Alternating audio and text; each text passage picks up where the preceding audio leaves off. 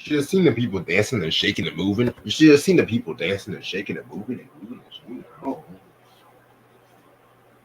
Breakdown. Dee dee dee dee dee dee. Boom. Breakdown. Dee dee dee dee dee dee. Hey everybody, what's happening?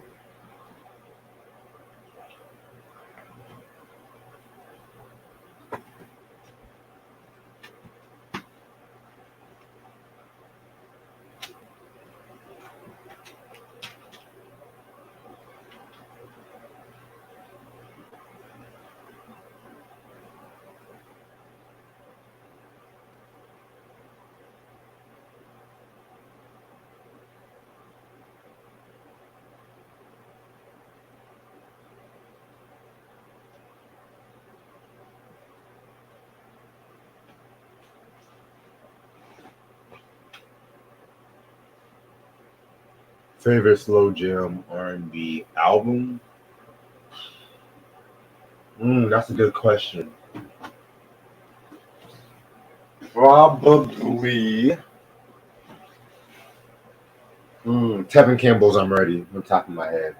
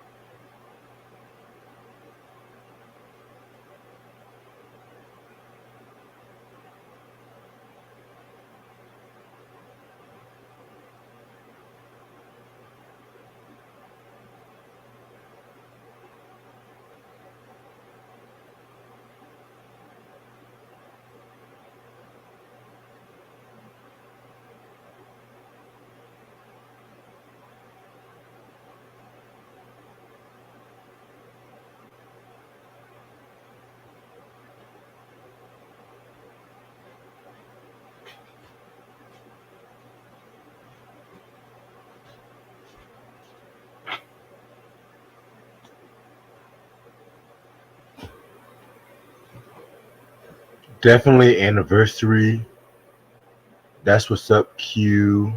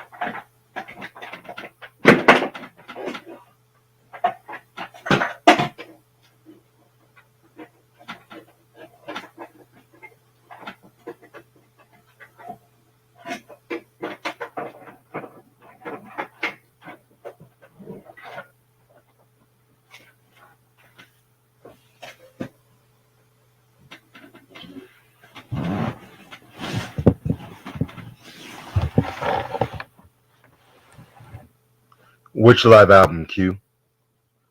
And no, I've not never seen Bronx Tale.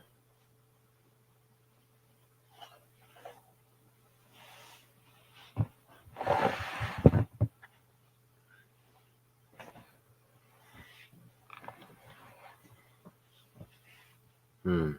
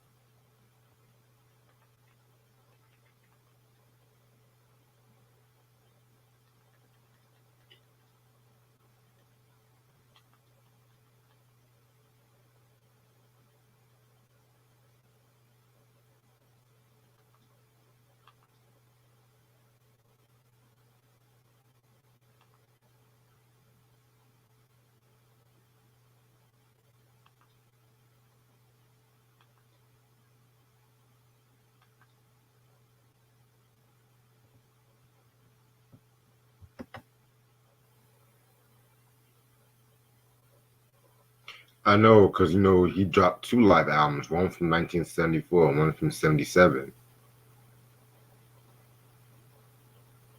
If you're talking about the 74 live album, then that is a good album. Appreciate it, Q. Mostly water. I'm mostly trying to drink water for the most part. Lemonade. Don't really drink a lot of soda. If I do drink soda, it's like Sprite, orange soda for the most part. But yeah, I try to cut back on soda.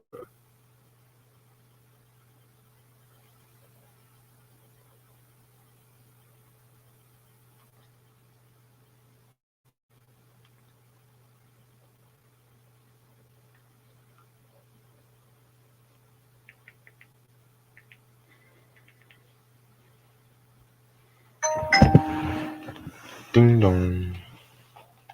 Yeah, I hate root beer with a fucking passion.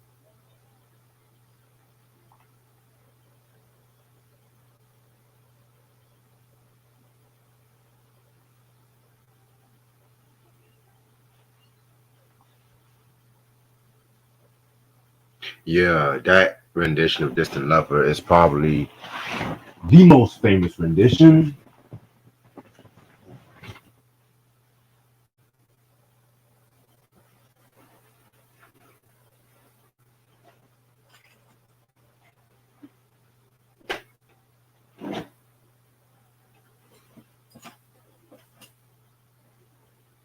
But I felt like, to me personally, I kind of prefer the Live at the London Palladium album from 77 because I felt like at that time his live skills got more better. And you can tell he got more comfortable compared to 74 Live because you guys gotta remember he had, since the death of Timmy Terrell, he kind of performed live sporadically around that time too. So yeah. Hey, I even like the 1981 Belgium performance. You did.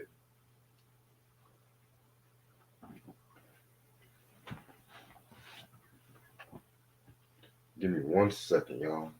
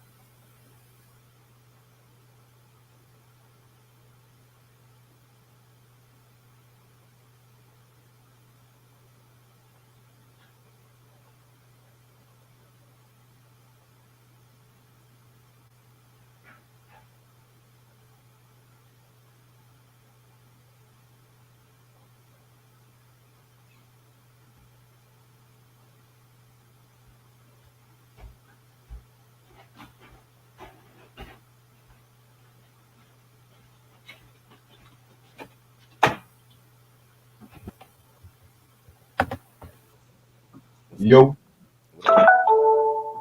what's goody? Chilling.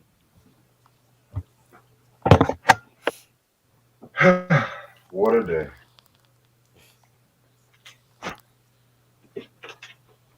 So you already saw the whole list I sent you. Yep.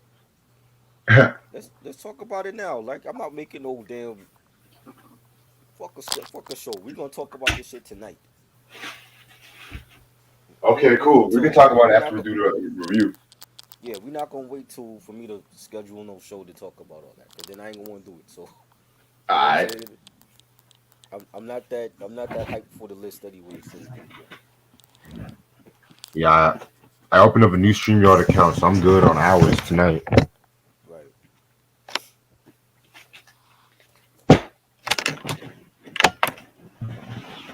Okay. What up? Yeah, I know about Navia. What happened with her? You said what? What happened with her? No, Moonflower said, do you know the early 2000s R&B song Still in Love by female singing Navia? Navia? Who's still listening to her? I remember that song. You said what? Remember the song Laundromat? Yo, I was just about to mention that song. You a liar, cheater, son of a.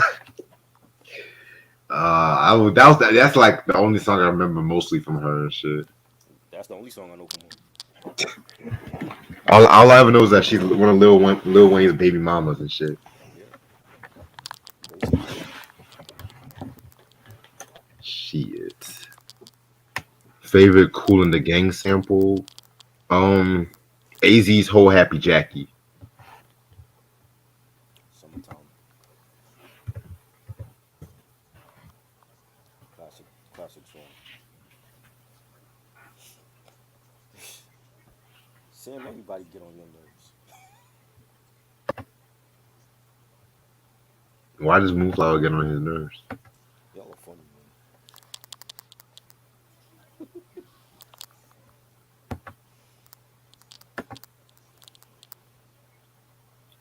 Shit. Alright, let's get started with this review. It's already 20 minutes in. Yeah. What's good, you too? How's everyone doing this lovely Sunday night? The best night to watch us. It's your boy Reg in the building. Got my homeboy Try with me. What up? Continuing the tis the season to be fresh. We got DJ Jazzy Jeff and the Fresh Princess. He's the DJ, I'm the rapper. This is their second studio album that came out March 29th, 1988 on Jive under RCA. Only came out with three singles: Brand New Funk, Parents Just Don't Understand, and A Nightmare on My Street. Produced by Pete Harris, DJ Jazzy Jeff and the Fresh Prince, and no guest appearances on this album. Alright, so after the release of Rock the House, they pretty much was more of a success. And he pretty much explains this on a Here We Go Again track, which we'll talk about that. Mm, And they pretty much was a success in Europe more. So they started touring like in the UK, they started touring like in Italy and all that shit. And they mostly recorded the album in the United Kingdom pretty much.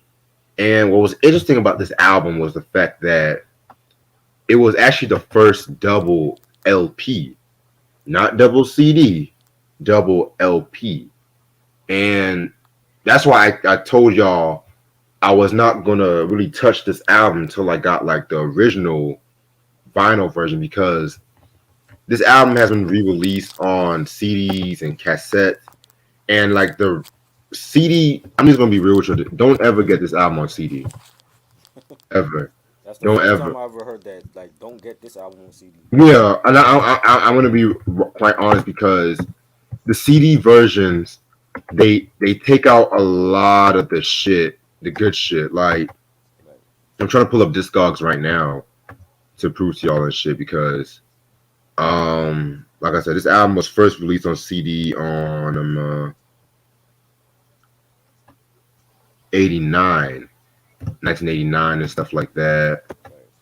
and pretty much like this version, the 89 CD version is pretty good, but don't get like the 97 CD version because like with that they took out either they took out songs or they edited the songs and shit like that. Like They did both. yeah, They did both. like Nightmare on My Street, As We Go, DJ on the Wheels. They were edited, and then even like the He's a DJ, I'm the Rapper, Human Video Game, Jazzy's in the House, the Hip Hop Dancers theme, they pretty much was edited too. Then the German edition, they took out Jazzy's in the House and the Human Video Game track. I guess because like the video game theme, I don't know, but pretty much from what I looked up, the 2017, they had a 2017 vinyl remaster reissue that pretty much has like the whole song. So that's why I told y'all never, ever, ever get this album on CD. What's up, Mike? And yeah, Try's right. This is like the first time you probably would hear me say that shit. Because usually when it comes to these albums and stuff like that, they would add extra tracks on a cassette version or whatever. But I think they did that because I know Nightmare on My Street. There was an issue with like the franchise with Freddy Krueger franchise, which Yes. we'll talk about that. Well, I had this album on cassette. I never bought it on vinyl or CD. And back then it was like in the 80s they didn't take off no songs and stuff like that. So I don't know what that's Oh, about. okay, so the cassette version. Let me check that out. This is the first double LP ever First in history. hip Because hop. I thought Songs in the Key of Life was a double. Yeah, I'm saying the first double LP in hip hop. Oh, in hip hop. Okay. Yes, because it was interesting, and I never noticed this until I listened to this album. Mhm. But the first half of the album really showcased like Will's side, Right. but then the second half it showcased more DJ Jazzy Jeff The scratch. and Ready Rock C and stuff like that too, which Right. I thought that was pretty interesting or whatever. And I love this album cover too because and it was an interview. I think it was either Will or Jazzy Jeff. They were talking about how back in the days the DJs were the stars when they gave Right. these groups like this. And they still are. hmm Yeah, but what's crazy? You hear me? You said what? I can't hear you. Can you hear me now? Oh my god, what the hell? I'll come back. Okay, please do.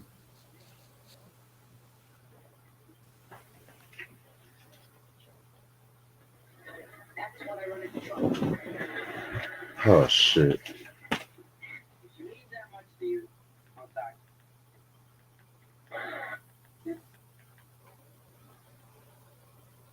No, well, Q. All Eyes on Me was the first double CD in hip hop. It's a huge, huge, huge difference. Huge difference and stuff. Because by like the mid to late '90s, that's when CDs became like very popular in hip hop. So yeah,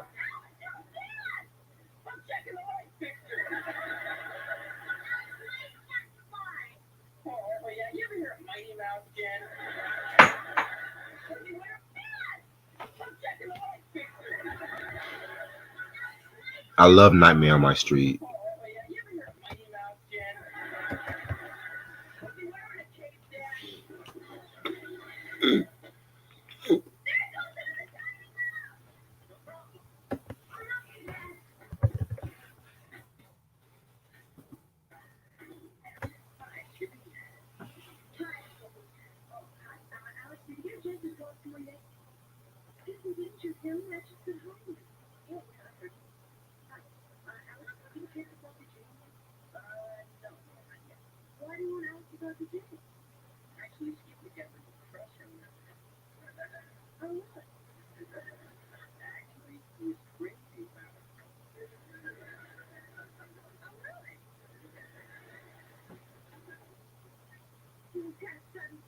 To be honest, I just thought the song was just absolutely ridiculous, Moonflower. Even if it was a parody of a club song, it's not a good parody. Yeah, they did Q. I'll tell you the story about that. Favorite song that used the Cheryl Lynn "Got to Be Real" sample. Um, it's not necessarily a song, but the Treacherous Three did a freestyle over that song when they were trying to battle the Furious Five and stuff like that too. So I did like how they did that shit.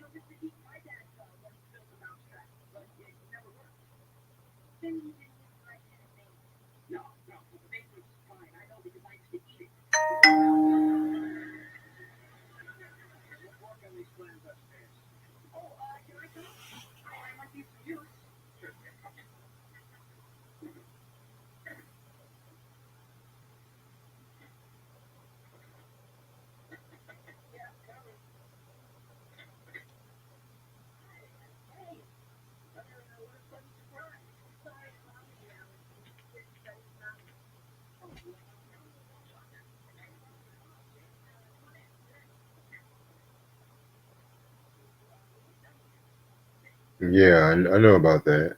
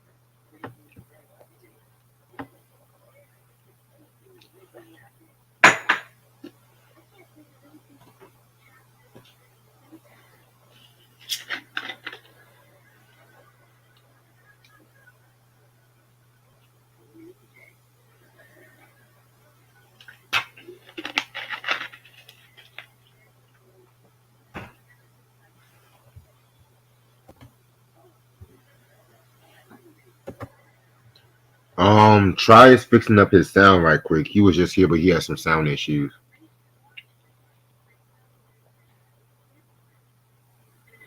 I love the song "Going Back to Cali."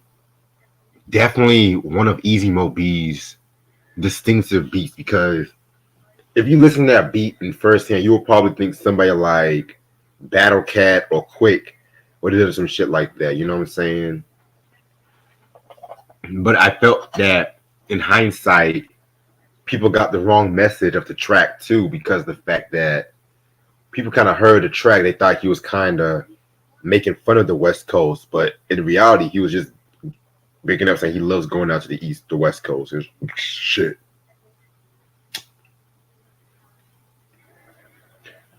Better hip hop year, 88 or 89? That's a good question. I feel like both years was very close in quality. I would probably pick 88 because a lot of the good albums, a lot of very good albums and groundbreaking albums came out that year. I felt like 89 was really when hip hop was one of the years where hip hop fully came into its own. Well, let me stop. Between like 86 and 89. I feel like it really came into its own and shit.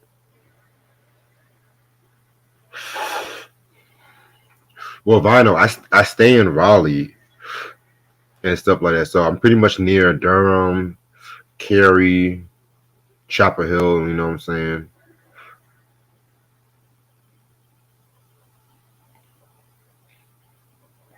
Okay, there he is.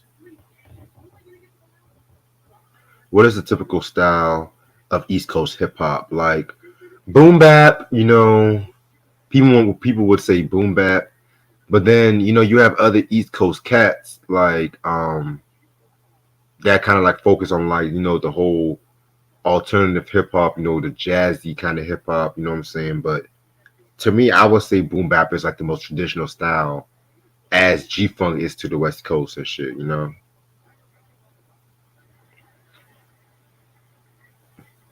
Yeah, I personally I would not say Mo B is underrated, but I do feel like he deserves more respect, to say the least.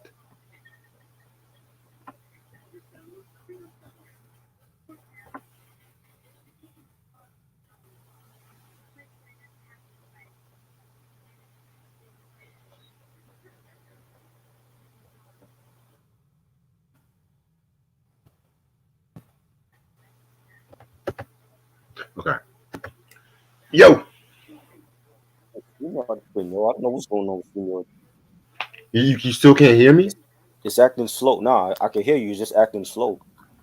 Oh, I was about to say, damn. I don't know what's going on with Yeah, I'm beginning to hate StreamYard day by day, but it's free, so I guess. But yeah, you were saying something interesting before we. I was saying when I had the album on cassette, it only had Jazzy Jeff. It didn't have the other part where you see Will. Yeah, Only the vinyl and I think the CD have that, but the cassette didn't have that. yeah, the CD version they have the whole full Right. portrait of Jazzy and Will, but the vinyl and cassette it just has Jazzy Jeff, I used and to I kind of always wonder. I'm like, how come his hand is like you only see his hand in the picture? How come his face is like cut off? like I said because the DJs were the most important parts, and with Jazzy Jeff, like I mentioned, he was one of the few DJs that was actually doing his shit, Right. so he was just a star on this album as Will was. In my opinion, this might be his best album with DJ Jazzy Jeff and the Fresh Prince. Like I thought Rock the House was good, but he stepped his game up with this one. Right. But yeah, man, let me show you what the inserts look like before we start. Since StreamYard wants to fuck me over because we're not talking about entanglements and shit. But okay, all right. So this is pretty much like their crew or whatever right here. Right. You have Fresh Prince, Ready Roxy, James, Omar, and Charlie and shit like that. You know what I'm saying? Right. And you have, of course, the biography, them giving their thanks and stuff like that. And I think this was like Ready Roxy's last go around with DJ Jazzy Jeff and the Fresh Prince. I want to say because I gotta re-listen to Ending in His Corner. Very dope picture shit like that. Yeah. Mind you, it's a little beat up. I got it used, so you know how that Hey, should go. that's great. As long as you can play. Yeah, I think I played it. It can play. It can play and stuff. So yeah, man. All right. So like I said, this album has about 17 tracks. Let's get this shit started. Track number one, Nightmare on My Street. One of my favorite songs that they've done, in my opinion. Very dope song. It was pretty much a song about Freddy Krueger's kidnapping DJ Jazzy Jeff and Will Smith. He's trying to find them, and then Freddy Krueger ends up being the DJ, his DJ and shit. But it kind of went some controversy because New Line Cinema, who was the head of the Nightmare on Elm Street franchise, they sued DJ Jazzy Jeff and the Fresh Prince for copyright infringement, Right. and there was supposed to have been a video that came out, but the video, yeah, the video is out, but at the time, it didn't come out back in the days because of the whole lawsuit. So Right. it ended up being circulated on like online, of course, YouTube and shit like that too. So, which I didn't even know about that shit. You know what I'm saying? So, and then when they dropped this song on Future Pressings, they said this song is not part of the soundtrack. It's not authorized, licensed, or affiliated with Nightmare on Elm Street films. So yeah, It should have been um, though. Yeah, should have been. Yeah, Like it should definitely should have been, but definitely love this song right here. It kind of also reminds me of like the Dana Dane song called Nightmares, right. from his first album and shit too. So definitely a very solid joint if you love his storytelling. This is great storytelling. This is you can even call this a early horrorcore '80s rap song because it had that horrorcore feel, even though it wasn't gruesome in detail. But um, I'm a huge horror fan. Nightmare on Elm Street Part Two was the first horror movie that I saw. Freddy's Revenge, and Will even mentioned something in the song about he said it was burning in my room like an oven. My bed soaked with sweat, and man, I was bugging. I checked the clock, and it stopped at 12:30. It had melted. It was so darn hot, and I was thirsty. Now that part in the rhyme where he's talking about his room was burning like an oven. That actually happened in part two, when Jesse moved into the Elm Street house, and there's a scene in the film where like he woke up in the middle of the night and like he felt like he was burning like burning up in the oven or whatever. And the video was great. I liked the video. I thought the Freddy voice, it sounded like Freddy. I don't know if Robert Englund had anything to do with it, but he actually sounded like Fred Krueger. But I didn't like his lines on the record. I just thought they were kind of cheesy at times. But this is an early '80s horrorcore rap song. When you have Will also saying he comes to me at night after I crawl into bed. He's burnt up like a weenie, and his name is Fred. He wears the same hat and sweater every single day, and even if it's hot outside, he wears it anyway. You know what I'm saying? Like, and he sampled. I like the fact that they sampled the actual theme song from Nightmare on Elm Street. So it has Yeah, that official feel to the song. This should have been on the soundtrack because it's not like they didn't have rappers before on the soundtrack. They had the Fat Boys do a song. I think on part four, the Dream Master. They had MC Light on the soundtrack. So it's not like they couldn't use this song on one of the soundtracks, but that to me is definitely a classic record. And yeah, one of my favorite Jazzy Jeff and Fresh Prince songs.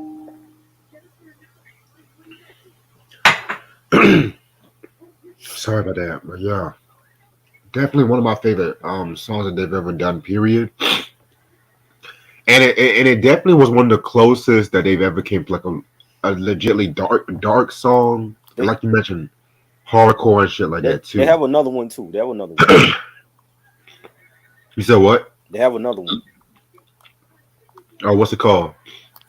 That's gonna be on the next album we talk about. Oh, okay, okay. Excuse me. Okay, the shit. The one that you say is like one of your favorites, Yeah. right? Yes. Then she bit me. That was also the first song that was a horrorcore joint on the next album. We'll talk about that one.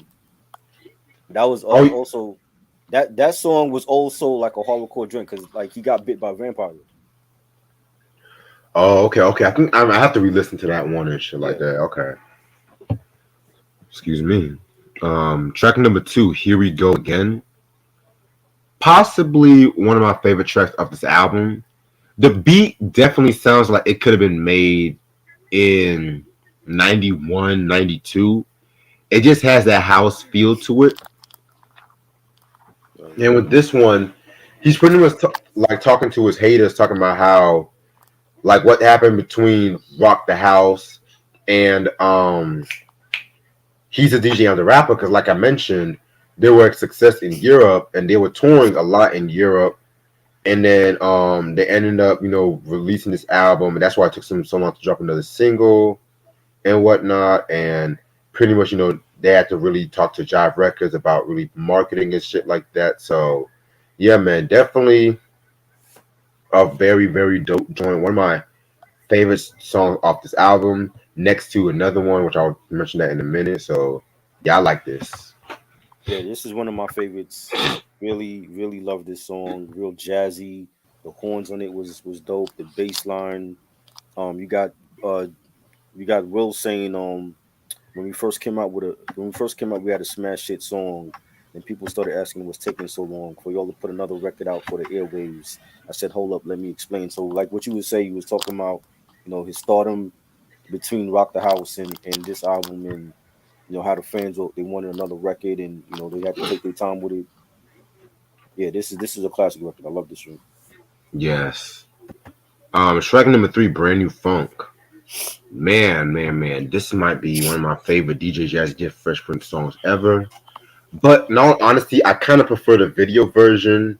When you're like, yo, let me talk to you. Let me have a word with you. Let me Right, do something that can fans do. right, So what? Like, if he had that version on this album, that could have been my favorite song alone, because it's like with Fresh Prince, he definitely knows how to command the audience attention, right. and without even like dropping a curse word or whatever. And yeah, man, lyrically that joint was hot. You know what I'm saying? It was simplistic, but the way he was rhyming it was very complex. Like with lines like where's that line at? Like, you should have seen the people dancing and shaking. You should have seen the people dancing and shaking and moving. You should have seen the people dancing and shaking and moving and jumping and spinning and clapping while the beatbox. Like, it's just the way how he kept building himself up with that line and stuff like that, and he still kept himself in flow. Right. Was very dope too, and dope usages of those James Brown samples, especially Make It Funky and stuff like that. You know what I'm saying? One of their true embodiments when it came to that sampling kind of sound and shit like that. So very dope joint. Yes. Another classic record. Love the beat, the James Brown sample, the bass line. You got Will saying we made a musical composition which we think is a remedy to cure all the dance floors that's empty. Classic record. I don't even remember the video. Oh yeah, it's on YouTube and shit. Yeah, Okay, I gotta check that. got you. After that, it's Time to Chill. Like we mentioned in the George Benson Breezing video, this was they sampled the Breezing song. It's a pretty solid joint and shit like that. Yeah. It pretty much just took like literally the whole, not the whole, but the majority of that Breezing song and just Yes. chilled it up. They didn't really do too much with that sample, but it's all good. Yes. Yeah. That's always been one of my favorite George Benson songs, like we talked about. So the fact that Will was just rhyming over that instrumental, real smooth bass line. He's saying, "You're reminiscing and kissing your girl. Relax, lay back, unwind, because now it's time to chill." Love that joint. Yeah, definitely get what you're saying. Um, Next track, Charlie Mack, First Out of the Limo. Um, this song was kind of like a tribute to his bodyguard from what I looked up. Yeah, that was his bodyguard. Yeah, it's okay. I didn't really care for that beat. That beat was a bit too happy dappy for me. I mean, but it's okay. I want to say Charlie Mack was on the Fresh Prince of Bel Air. Like I seen him in an episode. I forgot what season it was though. But he was Mm. he was on the because Will was tight with like oh, matter of fact, um the introduction to the show, the part where he's like at the playground and he's being picked up, Charlie Mack is there with him. That's like he's one of the guys at the playground. Oh wow, okay. Yeah, yeah. So he was in the introduction on the show. But yeah, this I thought this was a dope beat, and who else is gonna do like a rap song about their bodyguard? You don't hear shit like that no more. So I think it was a dope song to his friend and his bodyguard, and he's saying, he never laughs, he never smiles, no sweats, he doesn't break arms or legs, only spines and necks. So I thought that was dope, and you know, it's something different that we don't normally hear, like a artist making a song about their bodyguard. So Hmm. yeah, Yeah, definitely something funny and shit. Track number 6, As We Go. Again, another one of the solid songs from his album. You know, if you're a fan of like Will's like lyricism or his rapping performance, this might be a good one for you. So I like it. I love the use of the impeach the president sample, and I mean that's been sampled a lot. I've heard a lot of artists rhyme over that beat, but it I forgot Will did it too, and yeah, this was a dope track. I like it. Definitely. Now, probably the most famous song, "Parents Just Don't Understand." This song right here. I mean, should I even go into too much about this? But anyway, this track right here was pretty good. It, like I said, it just talks about their parents. You know how parents were just always on the kid, getting on the kids' nerves and shit. How the generational divide between like the young and the old, Right. or whatever. That's just pretty much the best way to put it. Um, yeah, man. And this was like one of those songs that introduced hip hop to made hip hop accessible to like the white kids, the mainstream and shit like that. And it actually won them a Grammy for best rap performance. But y'all know the whole story with that. They didn't. They didn't show up. They didn't show it. Well, they didn't. Well, they weren't invited. They weren't televised and shit. So Right. they pretty much had the anti. Well, the only person that did show up was Kumo D. He was Hmm. the only person that showed up But and they, shit. they they still had a party for them anyway though that Yeah. everybody attended to. Yep. So that's something interesting as well too. You know what I'm saying? And the crazy thing about Parents Just Don't Understand was the fact that when it came to this track right here, Mm. it actually got people notice about. It actually started Will Smith's acting career too because a lot of when he was trying out for the Fresh Prince of Bel Air, the producer, I think Benny Mandina, Hmm. they liked what he did on the Parents Just Don't Understand video. That they pretty much had that impromptu audition with Quincy Jones and shit like that, and the rest is history and stuff like that too. So Right. yeah, man, definitely, definitely, definitely an important song in hip hop. Also, what's crazy too? Hmm. I remember when they said when Prince died. Right. You know how MTV was playing Prince videos as remembers, and they accidentally played this video and shit. Prince. Yeah, when Prince died, I looked it up when I was doing my research.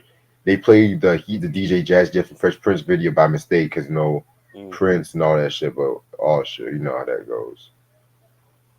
Oh, I didn't know that. Yeah, Well, this was my introduction to Will. It was with this song.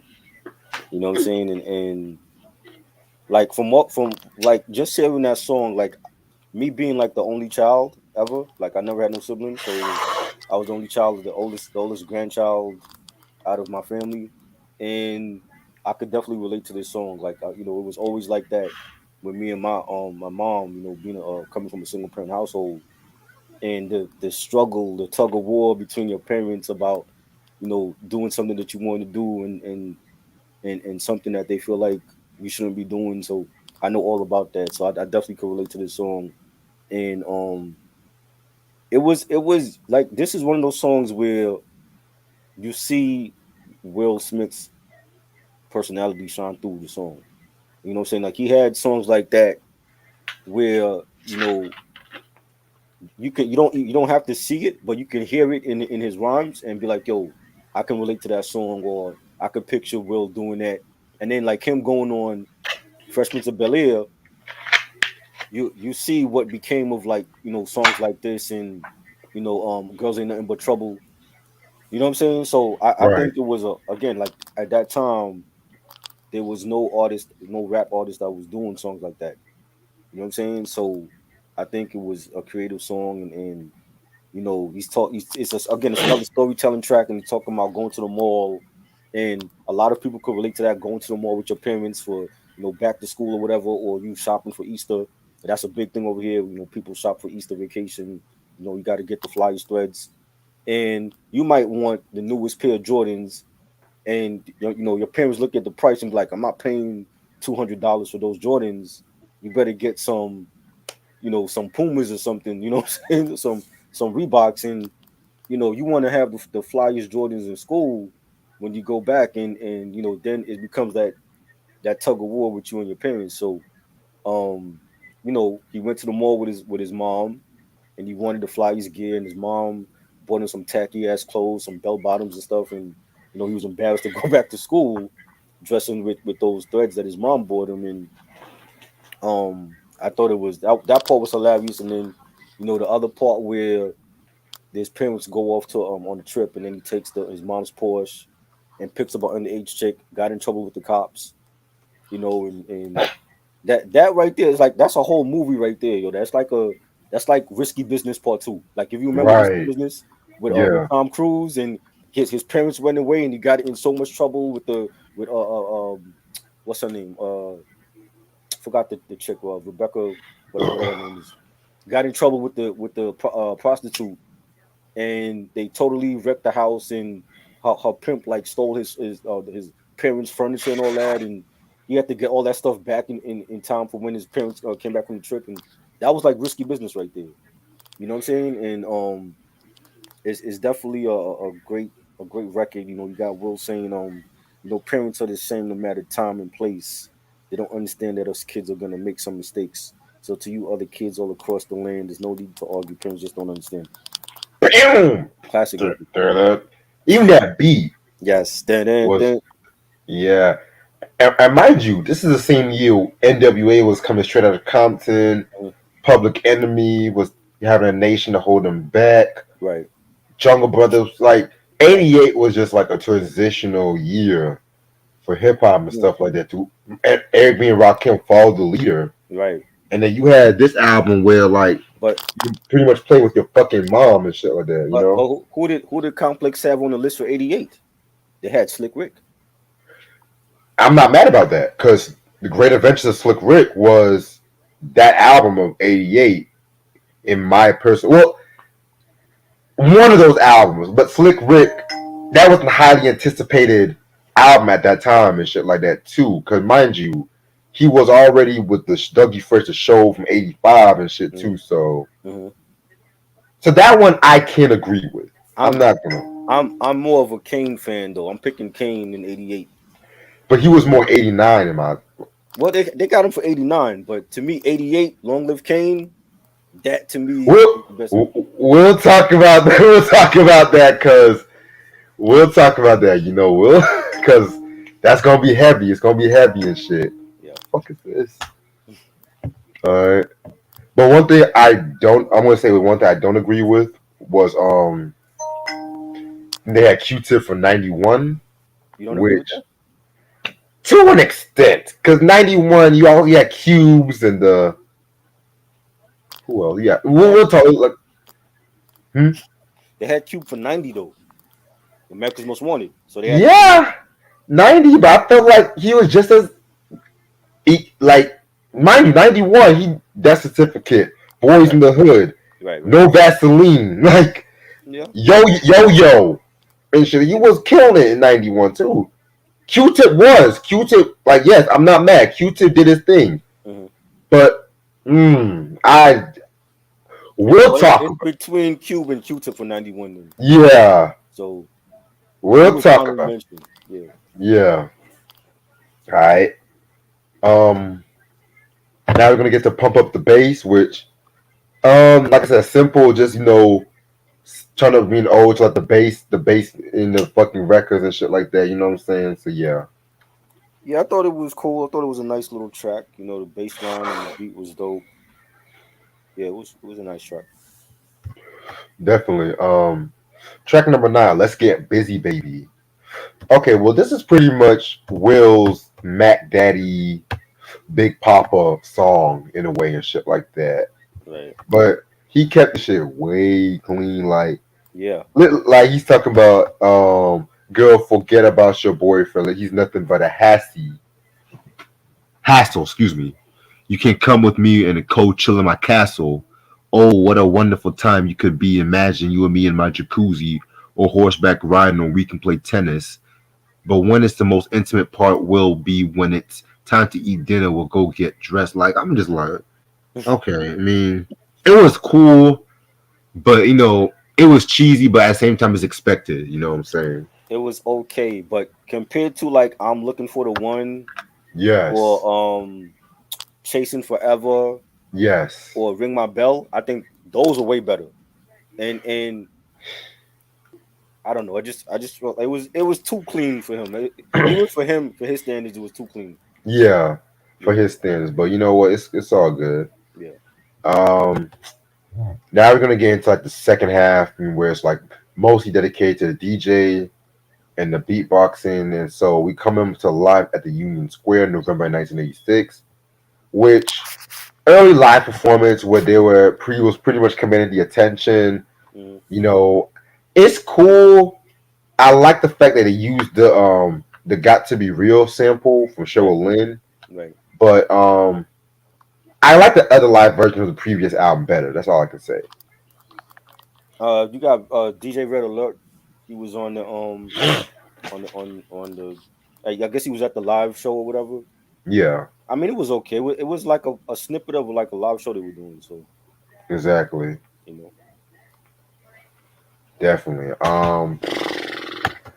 Now we're gonna get to DJ on the Wheels, which again is the DJ Just Jeff tribute track or whatever. So it was cool for what it is, you know. this was dope. I think like you said, like the second half of the album highlighted the DJ. I don't remember any rap album that did that though.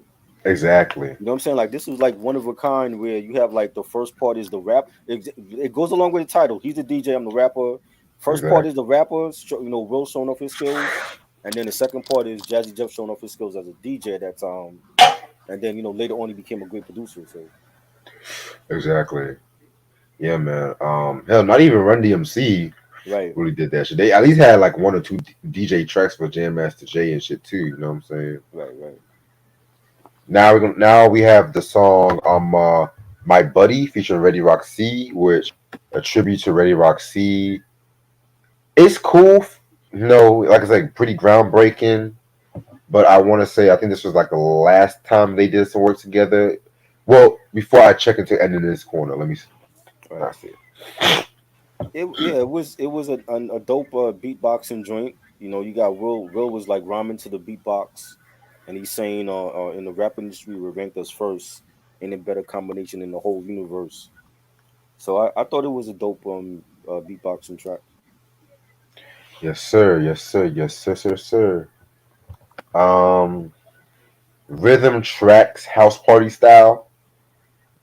Probably my least favorite song in the second half. I mean, the intro beat was pretty cool, but it was a bit too. I could have seen this more on the home base album, if anything. This is a breakdancing track. This is strictly for the breakers. So like you Yeah, just turn this track on and you just let them do their thing. That's all it was about to me. It was like a breakdancing track and it had that old school '80s vibe to it. So yes, sir. Track number 14. He's the DJ, I'm the rapper. Probably my favorite track on the album, next to Here We Go Again. Like Will was just rapping his ass off on this one and shit. You know what I'm saying? This one definitely had his own flow. That's what he was definitely. He definitely killed it. That's all I gotta say. You know what I'm saying? yes, I like the line where he says, "Stronger than a dinosaur, better known than sin. I mean, the battles I battle, I usually win them." Like I like how he was saying that shit. You know what I'm saying? So, mhm, and nice cuts by Jazzy Jeff too. yes, definitely some nice cuts by Jeff. You got Will saying my rhymes have been written not to be bitten, but as it seems, some suckers keep forgetting the rules about rapping. But that's alright, because in the next 5 minutes I'm gonna have them all uptight. Dope ass title track. Definitely a dope title track, man. Like, and this was one of the songs I was mad that they edited off and shit. Because I was listening to this album on Spotify because Hmm. I had to I had to listen to the album and shit like that because I didn't know what time I was actually going to be back home and stuff like that today. So Right. I was just like, yeah, I hate it. I hate it. I had to come back home and listen to the album full and shit. And Hmm. yeah, man, that's why I said like leave shit alone. That's all I gotta say. Right. Um, Hip hop dancers theme and jazzy in there. It was pretty much just instrumental and DJ breaks and stuff like that. So Right. Yeah, he was like basically scratching the word the Magnificent, which is what he called himself later on, and he did like a couple yeah, of albums called the Magnificent volume series. So definitely. Yeah, man. I need to get that 2002 Magnificent album and shit. That one's pretty yeah, good. that was dope. Yeah. And the last game, Human video game. Pretty much. If you guys Remember when I posted that video when they were performing where Reddy Rock was doing the whole video game beatbox when Donkey Kong Right. and shit like that. So they made that into a song where he was talking about his addiction to video games growing up, Hmm. and he loved to play Donkey Kong and whatnot. So Classic game. yeah, especially that the earlier version when Hmm. Mario, Pauline, and Mario and all them shit. So Yeah. yeah, very very different song and shit like that. You know what I'm saying? Nice utilization of the beatboxing and stuff too. So Right. definitely a very dope track. Yeah. Again, another storytelling track, and I like that he incorporated different video games in the song, and he says thousands of my dollars have been poured into all types of games trying to get the high score, and we've all did that. Like I remember going to the arcade in the '90s and playing, Street Fighter Turbo and the Turtles in Time, and just spending up a lot of quarters, trying to finish those levels, NBA Jam and all that. So I've been there. I definitely could relate to this song, man. Yeah, I definitely hear what you're saying about that. Um, so that's all of the songs off this album. Overall, very dope track, Yeah. dope album in my opinion. I would call this a hip hop classic if you ask me. Yeah, I would definitely call it a hip hop classic.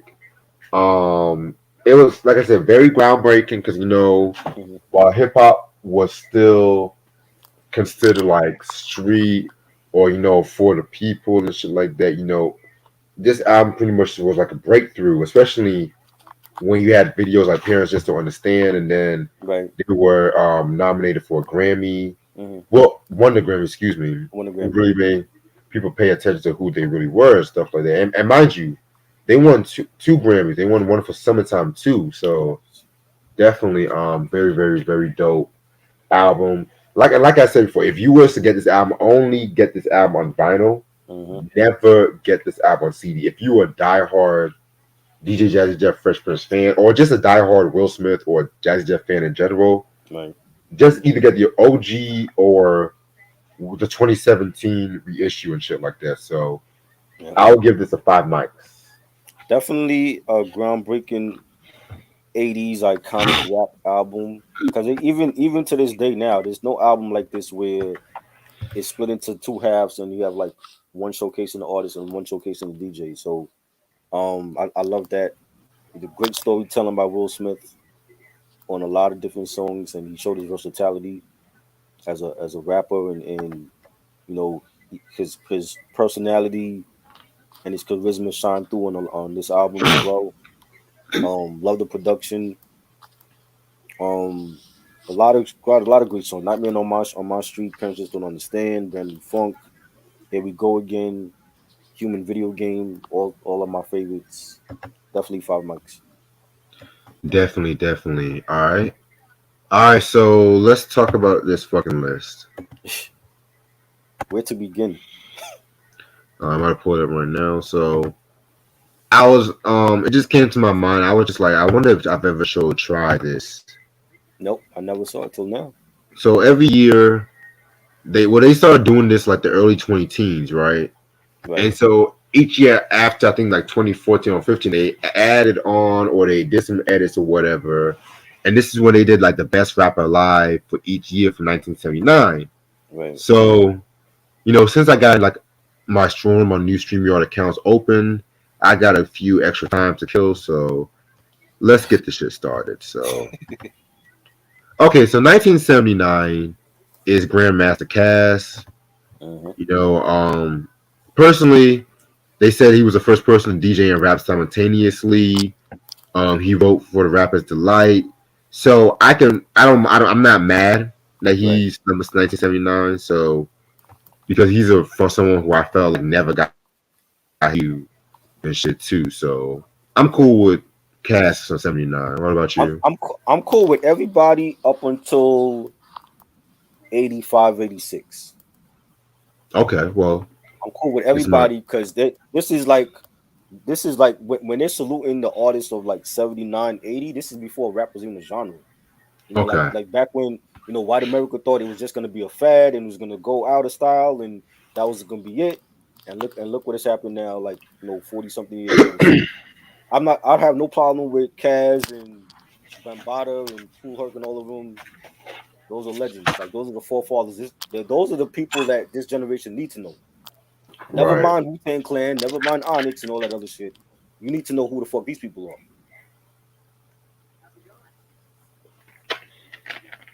Definitely. All right. So listen, I'm just gonna skim through all this shit. So 1980, Curtis Blow, of course. 1981, Kumo D, everyone's favorite rapper. Your Uh, favorite rapper. Your favorite rapper. 1982, Melly Mel. Okay. A legend. 1983 and Now, 84. now this one. Now, and we mentioned this a couple weeks ago. To me, I've always thought Run was the better MC than DMC, and you felt like DMC was better. Yes, I So always you felt feel like DMC. DMC should have been on this list. Well, culturally, you can either put Run or DMC. The media, I feel like people gravitate to Run because he was the signature MC. He was the Q-tip of the Run DMC and shit like that. You know what I'm saying? Right. However, I personally prefer DMC because DMC brought the energy to Run DMC when he would just come out yelling, Right. and his energy just was in contrast to Run's simplistic style. Mm-hmm. Now, Like, when you talk about like we talked about rap table setters, people that start off the track with the energy, like Inspector Deck for Wu-Tang Clan on Triumph, yeah, or even on for Run with Beats to the Rhyme or Down with the King or Federal Star from Onyx. Started off a lot of those Onyx records. I think that's also important too. If you're in a group where it's like other MCs, like who's gonna be the table setter for that track? You know what I'm saying? So I think Run mhm. did that. He was one of those perfect table setters for a lot of those Run DMC tracks. I personally agree, especially in Raising Hell and Tougher Than Leather too. Yeah, yeah. But yeah, so Run.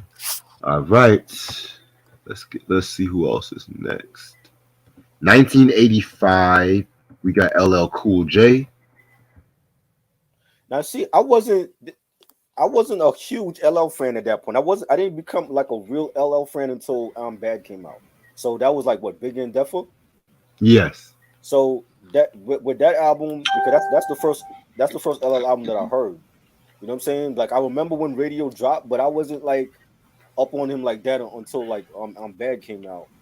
But I don't, even with 85, it's like I don't have no issue with him being like MC of that year.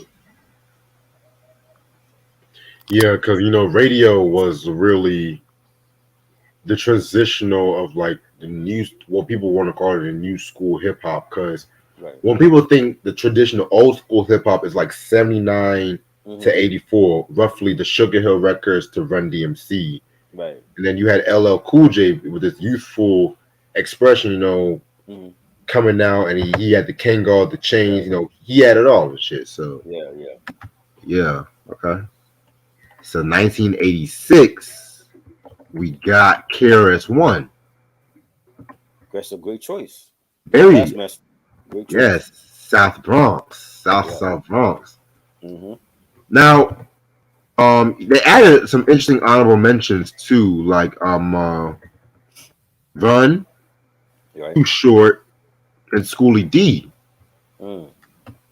And you mind you, Schoolie D, when we talked about last week with the Rock the House and stuff like that, Philly hip hop Right. he was really one of the first cats from Philly to really Right. popularize, of course, the gangster rap Right. and shit like that. You know what I'm saying? Because Schoolie D and Just Ice, before Ice T, Twice. Right. were the original fathers of gangster rap. Well, it was called hardcore rap, whatever you want to call that shit. Right. And I found it interesting that they put Too Short too, because this was the time he dropped the Born to Mac album. Right. Yeah, like it wasn't his first album because he had them shits like the Don't Stop Rapping, the X-rated shit, but this was like his breakthrough album and stuff too. So interesting honorable mentions as well. So Yeah, yeah, they were good. now 1987, the greatest Rakim, MC of all time. the God. Yes, Rakim, the guy that by internal rapping, internal poetry. I mean, your favorite rapper's favorite rapper. This was when lyricism mattered. Like Rakim, when you had artists like Rakim and Kane, Cool G Rap, like those MCs are just in a class by themselves. Exactly. Nobody sounds like them. They don't sound like nobody else. They took pride in the projects that they were putting out. You know what I'm saying? Like he was great, a great artist. Definitely. Um, the honorable mentions they picked here are in LL, Uh huh. Kumo D, and KRS One. Mind you, they put both LL and Kumo D on this honorable mentions. Right. But you know, my biggest gripe about this list is that they didn't really put female rappers Yeah. on. Well, did they? I didn't. Did they put any? Because I didn't even listen to the whole list. Well, excuse me, they put Nicki. They waited until Come on. What? like No. we'll get to that. But when it came to like the 80s and 90s, they didn't really highlight a lot of female rappers I'm because about to say, where is Roxanne Shante at? Where is the real Roxanne? Where is she at? well, I'm not gonna lie, Roxanne Shante was more popular on the underground, and she didn't really make a lot of industry impact, minus Roxanne's Revenge, compared to what people want to say.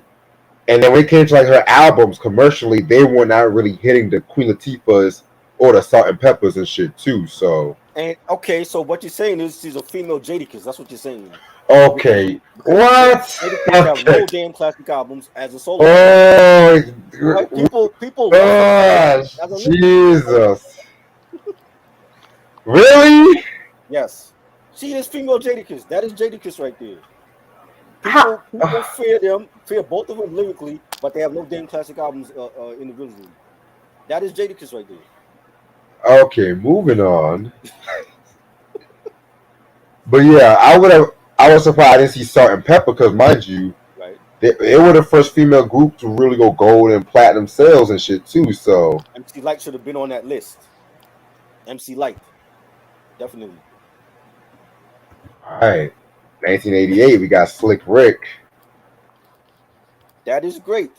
But for 88, I'm going with Kane because Kane first album to me was like that might have been like my first rap classic album for me was Kane. You know what I'm saying? Like, and I'm just thinking of the memories because I remember getting that for Christmas of '88 and opening the cassette. I'm like, I got it. This is like the golden ticket right here. You know what I'm saying? Long I Live got a Kane. golden You know what I'm saying? ticket. The Slick Rick album was a classic. I love Slick Rick's first album, but I was more of a Kane fan at that time compared to Slick Rick. But they got it right with Slick Rick too. Yeah, because Long Live the King and Great Adventures of Slick Rick were probably two of the most impactful albums of '88. Yes, yes. But I would personally pick Great Adventures over Long Live the King because There's more we're, songs. yeah, more songs, yes. Yeah. And I love Long Live the King, but compared to It's a Big Daddy thing, and I'm going to get into that when we talk about where Kane is placed, Mm-hmm. he focused more with Long Live the King on like the battle rap and the braggadocio. Right. And I can see how that might turn a few people off. Whereas with It's a Big Daddy thing, he was talking about like the Black Pride. He had his like he had his traditional persona with that one. But and if it turned people off back in '88, they're not turned off by that now in 2021 because that's what we want to see. We want to see versus battle Yeah, with the because like people like Biggie and Jay-Z, they right, borrowed a lot from Kane right. and stuff like that too. Because when Kane was talking about his unsung, he Mhm. felt like if he would have came out during 94, 96, he could have been like the greatest rapper ever and shit. I think he is. I think he's one of the greatest rappers ever. Before Jay Z, before AZ and Fabulous, Kane was the best in Brooklyn. He was. You know what I'm saying? All right. So definitely. So honorable mentions, they had Chuck D, Ice Cube, and Big Daddy Kane. Chuck D. Again, what's the album they came out with at that time? It takes a nation of millions. Classic album, classic Public Enemy album. So I didn't have no problem with them having Chuck D. If they could have picked Chuck D, it would have been great too. Yeah, man.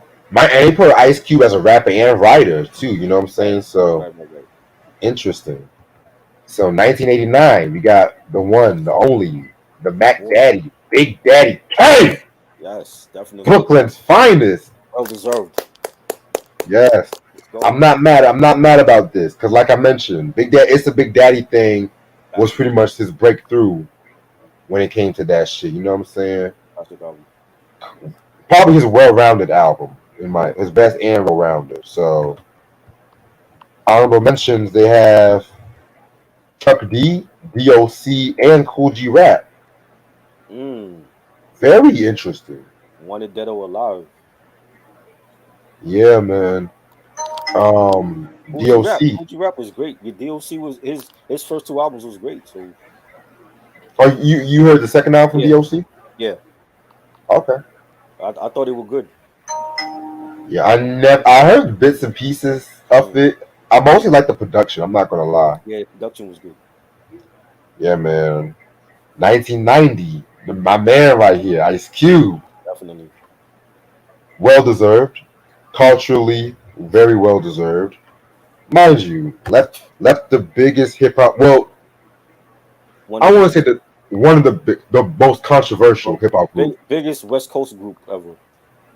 Yeah. Um, people. He relocated to the East Coast, Bomb Squad on his back and shit. You know what I'm Yeah, saying? right. Came out with one of the greatest hip hop albums ever, and shit like that. And mind you, little trivia. He was originally supposed to have had the cats from the dude who produced the Downtown Science album Mm. to produce that album and shit too, and before all that, because he wanted to work with Eric Sermon Oh wow. and shit like that. And I think he wanted to work with Third Base, if I'm not mistaken. Wow. I think. Don't quote me on that, but And then he end up working with Eric on the No Pressure album in '93. yes, Great album. yes, very. Honorable mentions. They got LL, which Uh-huh. I would have definitely that might be my second choice as 19. What was that?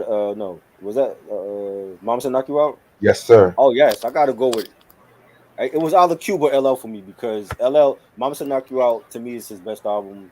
That was my very first album I bought on CD ever in life, Yeah, and that's a classic. I still play that album. Like I never get tired of Mama Said Knock You Out. yeah. That's actually my first LL album too. Yeah, Yeah, great album. because I would have put LL 1990, then Cube 1991, but Uh, either or was neck to neck. Because right, mind you, LL had the first comeback in hip hop too. right. So they also had Grand Pooba, Brand Yeah, Nubian. Brand Nubian first album. That was Mind a you, classic yeah. album. Was he the best? Was he the best MC on that album though? In my opinion, he after we listening to it, I would say yes. Okay. Cause I felt like Sadat.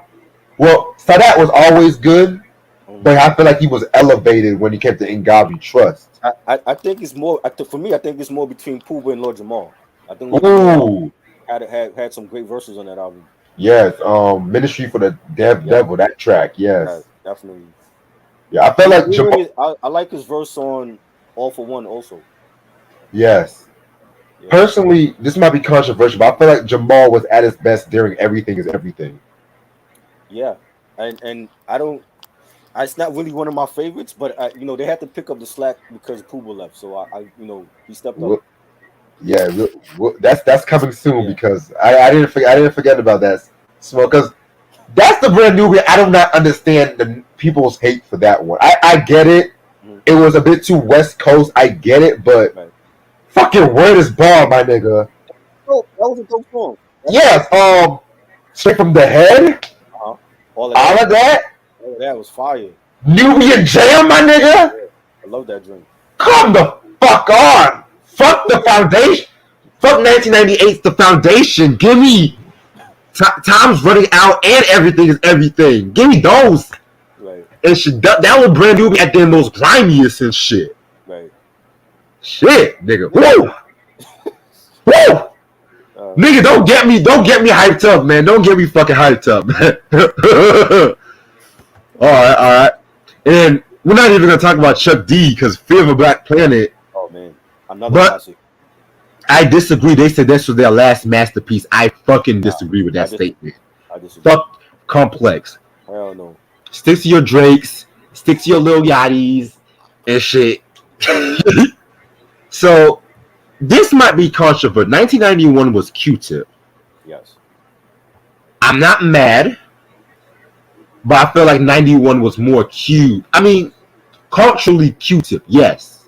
Right.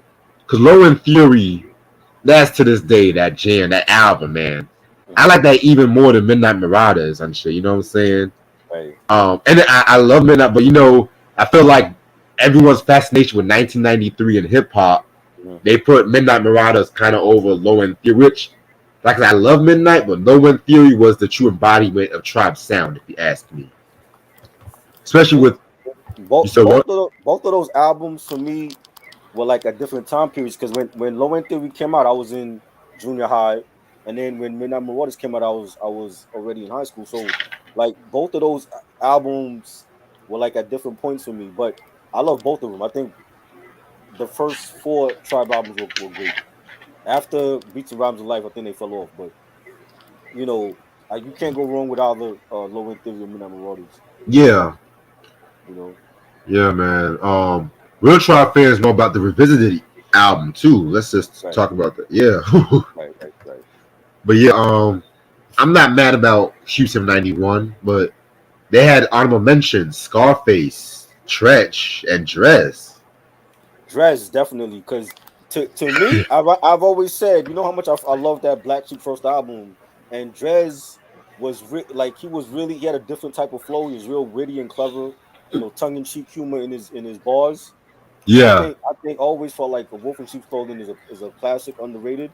Yes. Talk your shit. Tretch was that's OPP Tretch. You know what I'm saying? Ghetto Bastard Tretch. Like he also was a dope ass MC that had his own flow, and he could switch it up on any beat. So they could have went with any of those, and those would have been fire. Yeah, I was actually surprised, you know, because Complex, I was surprised they didn't really pick Tretch, because you know OPP was really like that anthem. It was like really that anthem when it came to hip hop, and Naughty by Nature really was like the first group to really have the anthems from OPP to Hip Hop Parade. Hell, don't forget New York niggas are the craziest. Oh, that's my fucking shit. Yeah, man. I'm having fun right now. Shit, I might give me my Henny right now. Shit. 1992. Yes. Reggie Noble, Redman. We just talked about this the other night. Yes. We just talked about this. I said like the 3 best 92 albums. They gotta be Redman first album. Yes. For me at least. And I agree. Because I know people were mad because why wasn't Snoop? Well, see, The Chronic came out late 92 and it blew up in 93. So that's why they put him in 93 and shit. But the album, he was really killing it in 92. Especially after that EPMDs, Hardcore, Headbanger, Brothers on My Jock, which nobody fucking talks about and shit. Crazy. Yeah, man. Even though you don't like Darius or Dark Side and shit. I like some songs, damn it. It's like some songs. But that energetic, that high energy Redman from the first song, Time for Some Action, all the way to the last song, the encore joint, and he's like sampling the Ice Cube's voice on that. That is one of the best Redman albums that don't get no credit. It's always about Muddy Waters. Muddy Waters is great, but we gotta put some respect on what the album, damn it. Exactly. You know, that's a great album. How to Roll a Blunt. Tonight's the Night. Rated R. Watch Your Nuggets. Oh man. Hell, Rated R. No, he was really talking about the riots on that album too. Right. Like he was on some shit. Niggas always think he's like a jokester, get high nigga. Like nah, nigga, Redman. Yeah. That might be his darkest album in his discography too. Like Right. I don't give a fuck. Hell, put what the album against the Chronic and Yes. shit. I'll pick 5 songs to go against the Chronic, and I love the Chronic and shit. So Chronic is a masterpiece. Chronic yes, is a masterpiece. cause I've heard many East Coast heads say that they was considered what the album, the East Coast equivalent to the Chronic and shit. Oh wow. Yeah, I just felt like it was like another extension of the Hit Squad. Eric Sermon yeah, produced that whole album, and it just had that EPMD feel to it. So yeah. yeah. Yes, and you know how I say EPMD were like the pioneers of G Funk and shit too. So Right. honorable mentions, they have Tretch, Q-Tip, and Snoop Doggy Dogg. Now is that for Tretches for 1993? No, they were still riding high Oh, from okay. the first album and shit. Okay. So yeah.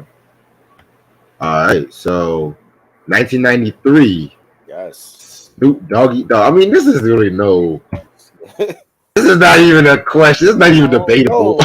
I don't know though. But remember, you got this. You got Enter the Wu-Tang. You got Midnight Marauders. Did they at least mention Method Man? Method Man was huge with that METHOD man joint. So Yeah, Method Man was an honorable mention. you gotta Tretch have was Method Man in there. yeah. Tretch and Q-Tip were honorable mentions too. So I agree with 1993. Okay. Tretch did his thing on 1993, yo. That shit Yeah. is fire. That's always been my Ooh. favorite Naughty album. Really? Okay. Yes, definitely. I'm a Poverty Paradise nigga and shit. So Yeah, Party's Paradise was great. I love that album too. Doggy Style was the album for '93. So it was like, he lived up to the hype. He was like LeBron James in '93. right. You know, All right. 1994, Nasty Nas. of course. Yes, I would definitely agree with this one. Come on, man.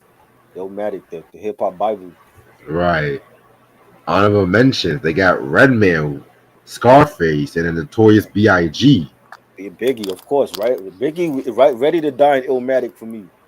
Those two albums. I would have threw in the RZA just for the Gravediggers album because I love that album so much. Okay. Okay. Warren G had a big year with the G Funk album. Right. You know what I'm saying? Like, yeah, like any of those picks were great. Definitely. All right. 1995, they got the Notorious B.I.G. No debate on this one. But is that for Ready to Die or Who Shot You?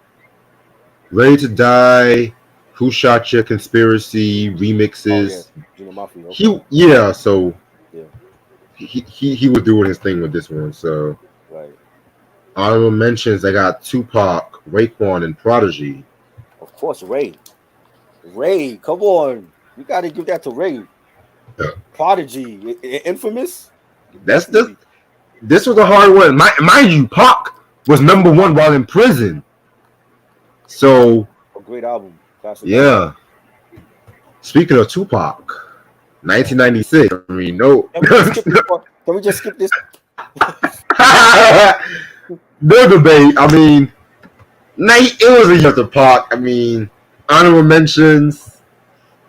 Yeah, Biggie, Nas, and Jay-Z. Wow. Okay. Yes, definitely. All big albums. The Reasonable Doubt. It was written. You know what I'm saying? Biggie. What did Biggie come out with in '96? Like I said, he was on remixes. Hardcore, Lil Kim. So yeah, he was still. Why didn't they mention Lil Kim or Foxy? Exactly. But hey, where's Bone Thugs and Harmony? E99 Eternal, 95. Exactly, but hey, 1997, Biggie again. He passed away. He got a lot of these top spots. he got more than Nas, yo.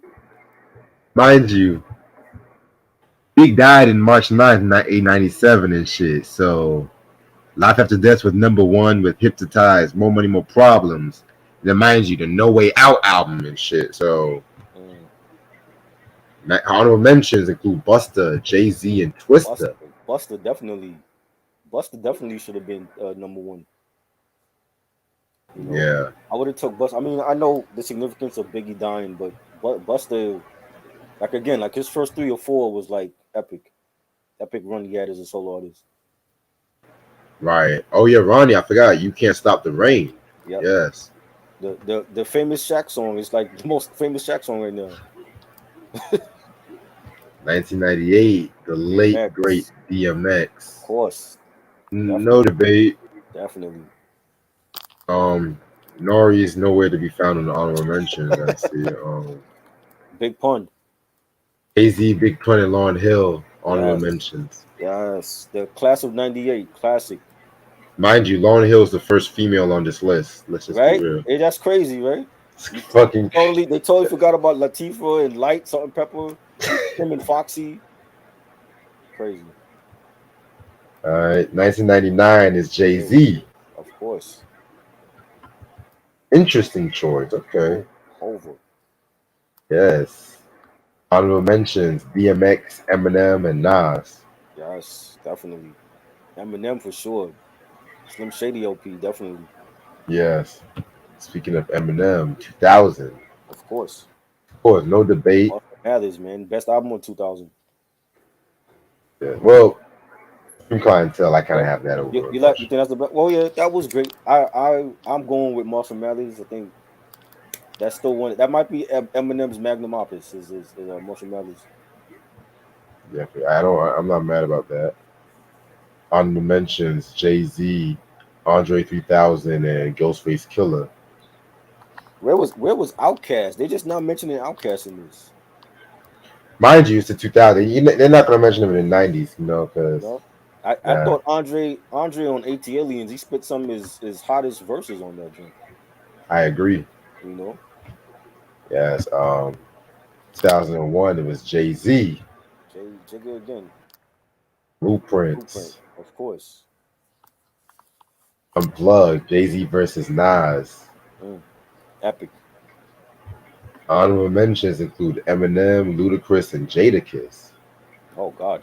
Now, this one I kind of had an issue with, Uh, because I mean, I was surprised they didn't even throw in Nas. Because don't get me wrong, I love Ludacris because mm, Ludacris definitely did his thing. mm. But you could have either picked a lot of those years in the 2000s and threw in Ludacris and shit, in my opinion. But Well, true. That's true. yeah, I feel like Nas Stillmatic, he reclaimed, like, after what people considered a disappointment with the What up? Nostradamus. Uh, Oh, go ahead. what about Prodigy, the Infamy Into album? I mean, the mm, HNIC album. HNIC for Yeah, 2000. they didn't even mention him for 2000. Yeah, because that was most like an underground hit, to be Oh, real. no. So yeah, 2002 was Eminem. Eminem show. Yes, Eminem show. Oh man, 8 Mile, it's 8 Mile soundtrack. there's three classics right there. It's three classics right there. Yeah, I mean he was big, man. That was the artist to beat at that time. It was him and Jay. Exactly. Honorable mentions include 50 Cent, Cameron, and Nas. Okay. All right. Yeah, Godson Nas. Yeah, definitely. Cam was big with Dipset. Definitely. 50 Cent. I would wait till Get Rich or Die Trying. Yeah. Okay, What now, what did he come out with? Oh, the mixtape 50. yeah, Wanksta, 50 Cent is the future. Right, Okay, now I understand why they put Nas into, because Stillmatic came out late 2001. Okay, I right, understand that now. Okay. right. And that woke him up. He was like, okay, I'm dropping Godson after that. So Right. you know, 2003, no debate, 50 Cent. yes, definitely. Honorable mentions, Jay-Z, Eminem, and T.I. Ti first album was underrated to me. His debut. Oh, Jay Talking Blueprint 2, Jay. Uh, Which Black one? Album.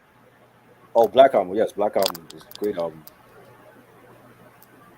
Yes, and Eminem was still riding high from Eminem's show. Right. He had guest appearances on Get Rich or Die Trying and Obi Trice's albums. So Obi Trice album, his first album was fire. yeah, I remember that shit. Yeah. 2004 is Ti. I'm not mad at that. Ti was on the run. Definitely one of the best in the South. I would personally put him on 2006 Okay. because I felt like the King album was Yes. good. I mean, 2004. He was starting to be known by that time. Yeah, The Urban Legend album, Bring 'Em Out, ASAP, You Don't Know Me. He had some joints off of that album. definitely. That's one of my favorites too. Okay, so honorable mentions is 50 Cent, Cameron, and Game. Game, definitely. Documentary, Yeah, well, this was way a year way before before that one. documentary. A mixtape game. Yeah, How We Do, West Side Story. Okay. Shit. I mean, I was surprised they didn't put Wheezy. See, Weezy didn't blow up yet over here in New York until '06. Got you. You know what I mean? Go DJ. Yeah, that's my DJ. Yeah, 2005 is Young Jeezy. that's fire. I thought she didn't like Jeezy. I didn't like him, but I had a lot of homeboys that were into him, so they were bumping a lot of Jeezy shit. True, true. I wouldn't have picked him though, but that's just me. Give me Sean Price. Mm. You I know, would actually have put Game on you to pick game. 2005. Yeah. But at the same time, I love Let's Get It. Right, Thug Motivation and shit. I love that fucking album and shit. right. Um, the honorable mentions are 50 Cent, Game, and Common. Oh yeah, Common B. Right. But this is before B, right? Well, didn't B drop in like '06, '07, Oh, five. '05? Oh yeah, Yeah. yeah. I gotta pick Common then. Definitely. Hell, even Kanye with late registration. Kanye. I didn't hear Kanye at all on none of these years. Well, he's coming. He's coming? Okay. He's coming. 2006 is Lil Wayne. Definitely. You And he know, got his my he got his cup in hand too. yes, He got his cup. Carter 3 Yes. mixtapes. Like Father, Like Son collab. Yes. K said Mike Jones, King of 2005. Who? Not Mike not for me. Jones. Not for me. Mike Jones. Who? We still saying that. Who? Mike Jones. Never heard of him. Your friends know me as Mr. Jones. Ha ha ha ha. That was that nigga though back in them days and shit. But anyway, yeah, so yeah, mind you, Weezy was just killing that shit, Yeah. before the Carter 3. So Oh yeah, definitely. honorable mentions include T.I., Pusha T, Hmm. and Lupe Fiasco. Lupe first two were good. That's his best albums to me. Yeah, definitely. Like I said, I would definitely put T.I., but I'm not mad at Lil Wayne and shit. Right. '07 is Kanye West. Oh, you said what? Yeezy. Yes. Yes. Graduation, which I'm not mad about. Love it. Great Yes. album. Honorable mentions include Lil Wayne, Jay-Z, and Andre 3000. Sean Price needs to be on this list. They fucked up. Yeah, what you think about Andre as an honorable mention? He didn't come out with shit at that time. Why is he on the list? When did he Because come out? he was on Versus and Guess the Versus, and at that time he was teasing a solo project, but This dude had writer's block for the like last 20 years. Like he wasn't coming out with nothing. He should have been on the earlier years. That not now. shit, You know. 2000 Where's Bun B for Trill? Trill was a great solo album for him. exactly. 2008 was Lil Wayne again. No debate. This is Carter 3, Dedication 3, guest appearances. You know Where's how that Missy Elliott? Missy Elliott is not on none of these years. Are you serious? Nope. Her discography was way better than Nicki Minaj's discography. They mentioned Missy Elliott on here. Honorable mentions include T.I., Jeezy, and Kanye West. Where's Beanie Siegel? No Beanie Siegel? Come on. No, no B. No Lloyd Banks? Styles P? Nope. They bugging. 2009 is Jay-Z. No. He was dropping crap at that time. It's not Jay-Z. Over the Blueprint 3. Hell This is fucking no. his first number one hit of his career and his Oh, 11th number one album. trash. A trashy album. Honorable mentions include Kanye, Drake, and Gucci Mane. No. It's not Jay-Z. I'd rather put Drake there than Jay. This Jim is Jones was dropping fire at that time compared to Jay-Z. this was a slow year. '09 was just a slow year. So No. They fucked up on a lot of these years, yo. 2010 was Kanye West. My I'm not Beautiful mad at Dark. that. But yes, that's a classic album. I'm not mad at that one. Hell yeah. Honorable mentions include Of oh, course, nigga. Drizzy. Right, Rick Ross, Nicki Rick Ross, Minaj, my boy. Nicki My boy Minaj, Ross. Eminem. Nicki Minaj's first album was good, but they got it right with Kanye. But to not put Missy Elliott on none of these years is ridiculous. Because she was the only female that was really running in the 2000s. Right. It was her and Eve. Even Eve should have gotten the honorable mention. 2011 is Drake. Take Care and the guest appearances and shit like that. Honorable mentions include Rick Ross, Jay Z, and Kanye West. Where's Fonte from Little Brother? He should have been No, on that list. no mention. That's crazy. 2012 is Drake again, which I disagree. No. This should have been Kendrick. Kendrick. They bugging. His album wasn't better than Kendrick's own. They wilding. Shit. Kendrick was an honorable mention with 2 Chainz and Rick Ross. That's bullshit right there. Yeah. Fuck Drake. Now Kendrick Now they give it 2013. to Kendrick. Now they give it to Kendrick. Well, I mean, like I said, Good Kid, Mad City was Mhm. it took him to like at least early 2014. Right. You know, the remix of "Bitch Don't Kill My Vibe." So I'm not mad, but he should have been in 2012 and shit. But hey, Where's Mac Miller?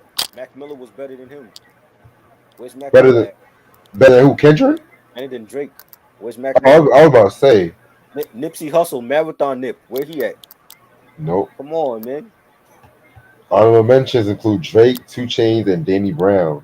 2 Chains. Come on. Danny Danny Brown, Brown. really? Fuck out here. The hell fucking no. Mac Miller, Nipsey Hussle. They should have made the list. 2014 is Nicki Minaj. What she dropped in 2014 again? Was that the second album? Pink Print. That was The good. first, That was a good. the I don't know if I would have made her the main one though. first female rapper in 56 years to have 4 number one singles on the Billboard Hot R&B and Hip Hop charts. Yeah, Pink was a good album. I'm not gonna lie. That's a good one. But to be the main one for 2014, nah. Then Drake, Young, J. Cole, Forest Hills Drive. right? Come on now. No mention of Cole. That's retarded. They Drake, gave Young, Drake like 3 years and no mention of J. Cole. Come on. exactly. Drake, Young Thug, and Killer Mike were honorable mentions. Really? Killer Mike, Thuggy? come on, with the one in the jewel shit? Yeah. Overrated. Come on, man. Come on, Drake is. Kanye. This Again? what pissed. Again? This pissed Again? me off. This pissed me the fuck off. Look how This this nigga shit. look. Look how he look, yo. Ah!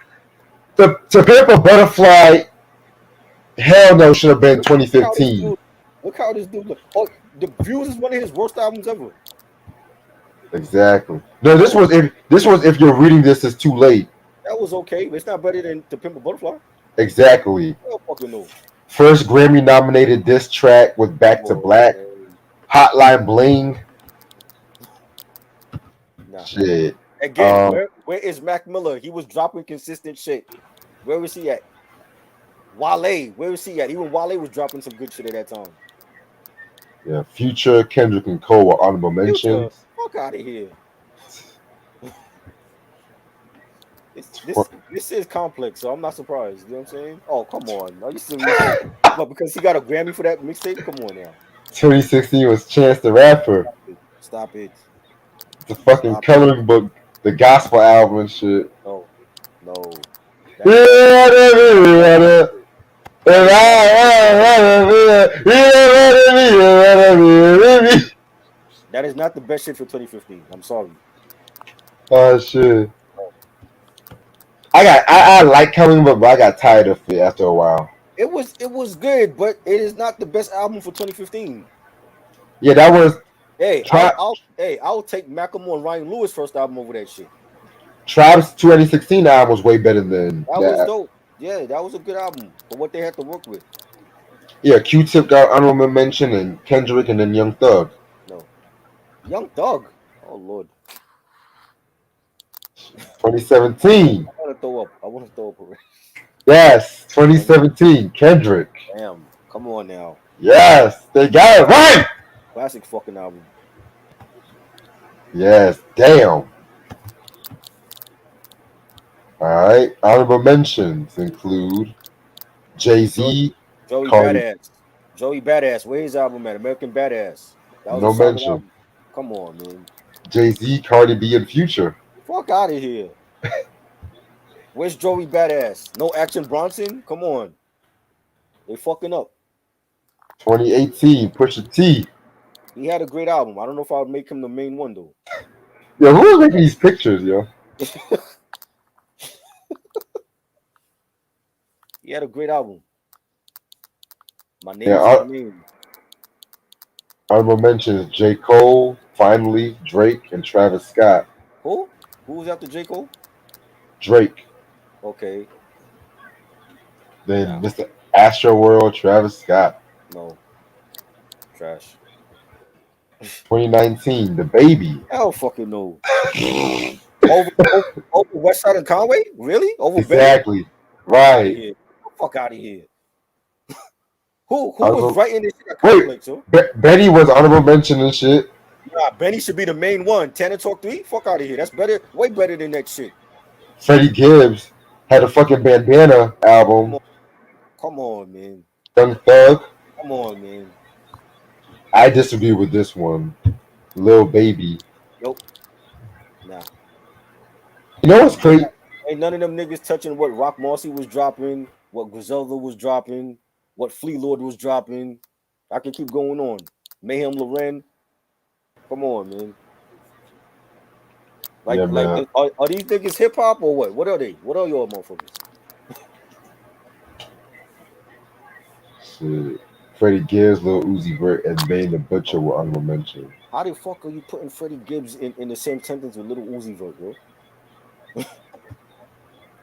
Where's Currency at? Currency was dropping consistent shit. Where is he at? Not a damn thing. It's crazy. It's complex, so I'm not surprised. They got it right for like the first half, and then when the 2000s came, they started fucking up. They just But the fact that you can skip Missy for the whole fucking decade is beyond me. Because there was no other female that was doing it like Missy in the 2000s. Not Eve, not Trina, not Jackie O, nobody. Missy was breaking records. You know what I'm saying? I don't get that. Fuck Drake. They had Drake on there like the most ever over Jay-Z. Nah. Oh man. Shit. I'm gonna stay on to like one. I'm gonna stay on to like 1 o'clock and shit. This is trash complex. Imagine who they picked for this year. Your list is for, oh God, who could they pick for this year? Megan Thee Stallion? Doja Cat? Who would they pick this year?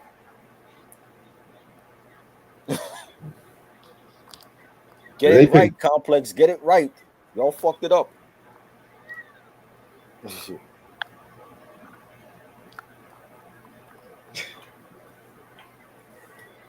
Don't let the Nicki fan base come hunt you down. I don't give a fuck. She he'll be all right. I think Drake's overhyped. Definitely.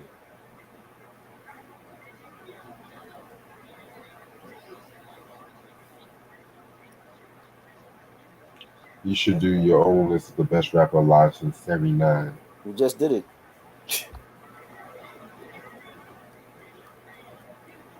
Why they said fuck Nicki Minaj? She did her thing for a couple years, but Missy to just completely ignore Missy is beyond me. I don't understand that at all.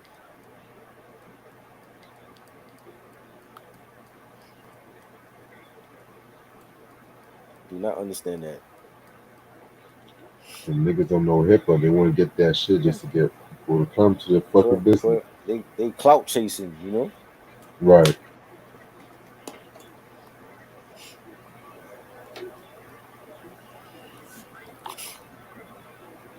Unbelievable. That's what happened with the Billboard list in 2015. Remember that? Oh God. I don't even remember that shit. And I know that shit was trash too.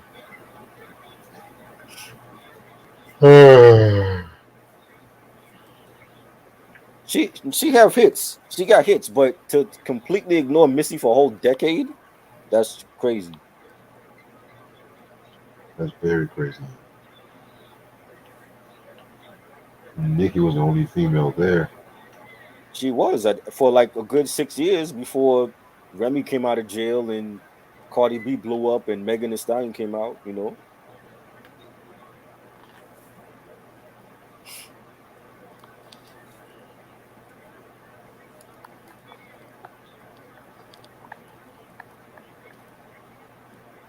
Terrible.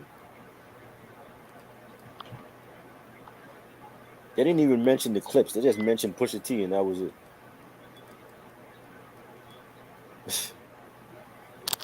Like Pusha was the only one in the clips. Right. I'm like, y'all forgot about Malice?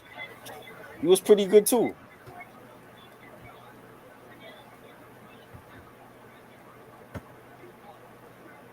People are just funny. Favorite ballad that Teddy Riley produced. Let's chill. That was dope. Shit, he got too many. I don't know, man. He got too many. Maybe before I let you go, I love that Blackstreet song.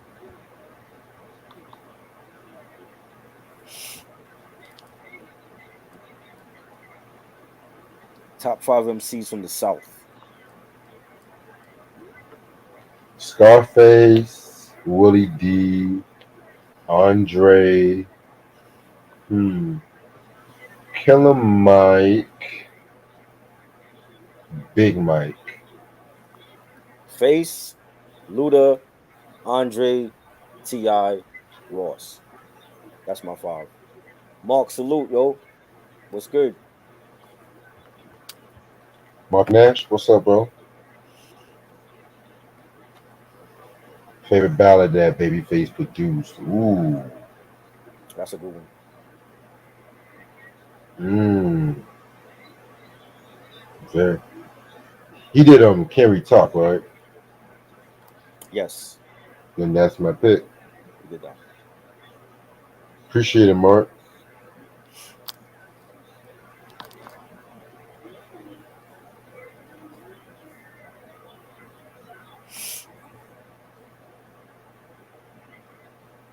Favorite ballad, damn. Anything from the Tony Braxton first album. Right. I love that album. Breathe Again. That's one of my favorites. 7. 7 Whole Days. Yeah, that was dope. Now the word from that's my shit. Yeah. Ooh.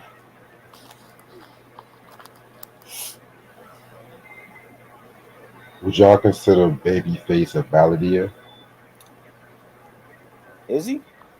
He could do it. I mean, yeah. I mean, but he had some up tempo songs in his earlier days too. Right. Like it's no crime. It's a perfect example. So Right, right, true.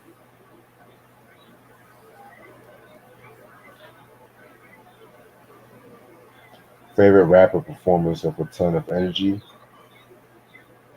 Busta Rhymes. Mystical. That's a good one.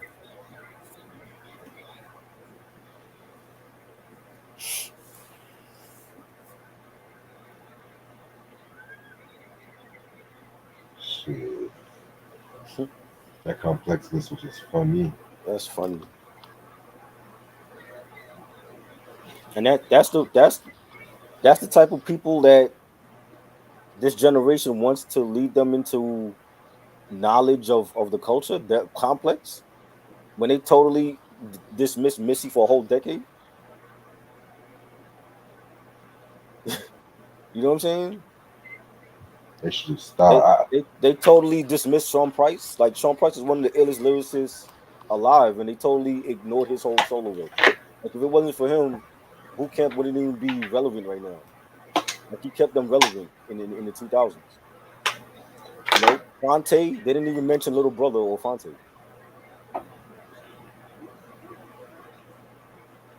It'd be like, nope, they didn't mention Busta Rhymes either. Nope. They had him on honorable mention. I ain't about fucking mention, please. Ciara ain't fucking with Missy.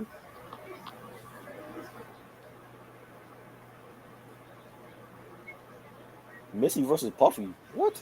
What are y'all talking about? Y'all bugging. Y'all funny.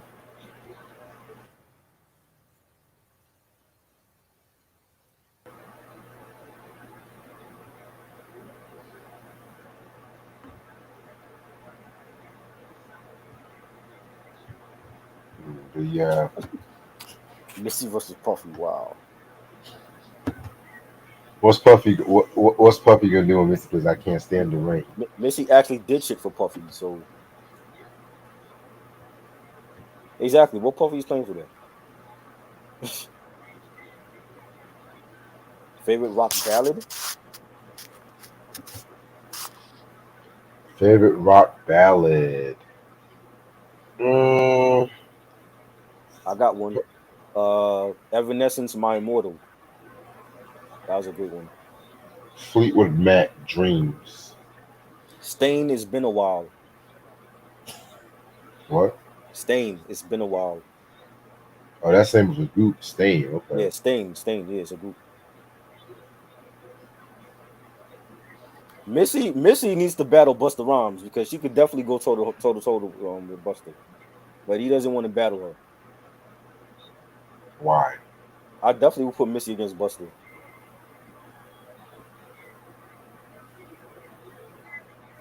Heart was good. That was a good song. I like that. Hotel California. I'm Um, tired of Hotel California. Aerosmith. We just talked about Aerosmith. Aerosmith. What's the song? Janie's got a gun. Not that one. The other one. Um, uh, the Don't Want to Miss a Thing. What's the name of that shit? Oh, Crazy.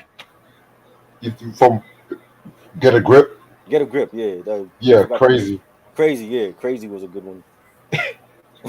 Crazy, crazy. But I'd rather listen to Crazy over Don't Want to Miss a Thing any day. I like both of them. So I like Shit. both of them. Say you leave it up and I go around to Hollywood. Don't forget, I was crying when I met you. What's wrong with you? Are you drunk? Nah, that's just how he was thinking it. Now I'm trying to forget you. You didn't sound like that. Yes, he did. Yes, he did. Oh my god. Yo. Like I'm telling you, Steven Tyler post Done with Mirrors is just vocally, I don't know. Right. Like go back to your drugs and shit, man. Reg's loud as fuck right now, yo. I'm about to go deaf in one ear because you screaming. I was that loud? Shit. Yes. I was crying.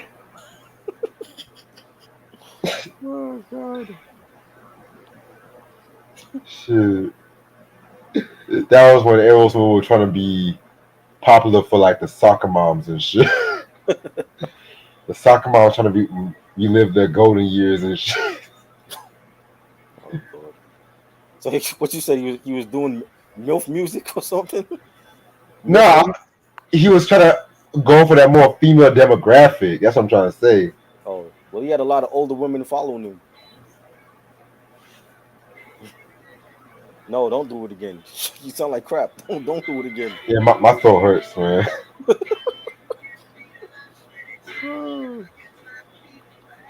And I'm actually listening to the song now and shit. Wow. That kind of love it. My Lord. And then his dancing around this time too. I'm just like, okay, nigga, I, just I had headphones on to reduce noise canceling, and you're giving me no more noise. What's going on? What's going on here? by the video. I don't care. The video is creepy as hell. It's like I forget that the girl's 14. I'm just like, okay. Right. And here's his daughter. I'm like, okay, that's nice. Crazy. But you know what song I love from that Get a Grip? That fucking Living on the Edge. That's my fucking shit. Yeah, living on the edge is dope. Favorite Jimmy Jam and Terry Lewis ballad. New edition. Can you stand the rain? Classic. Favorite song Easy Mo B produced. Ooh, another victory by Kane. Flavor in your ear. That's cool.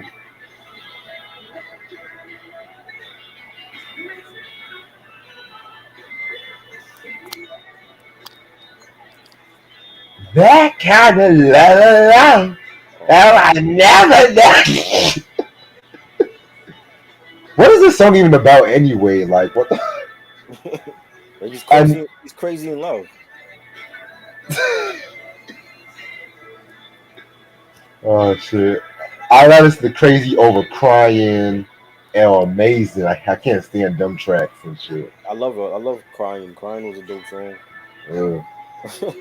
I don't want me to sing that one.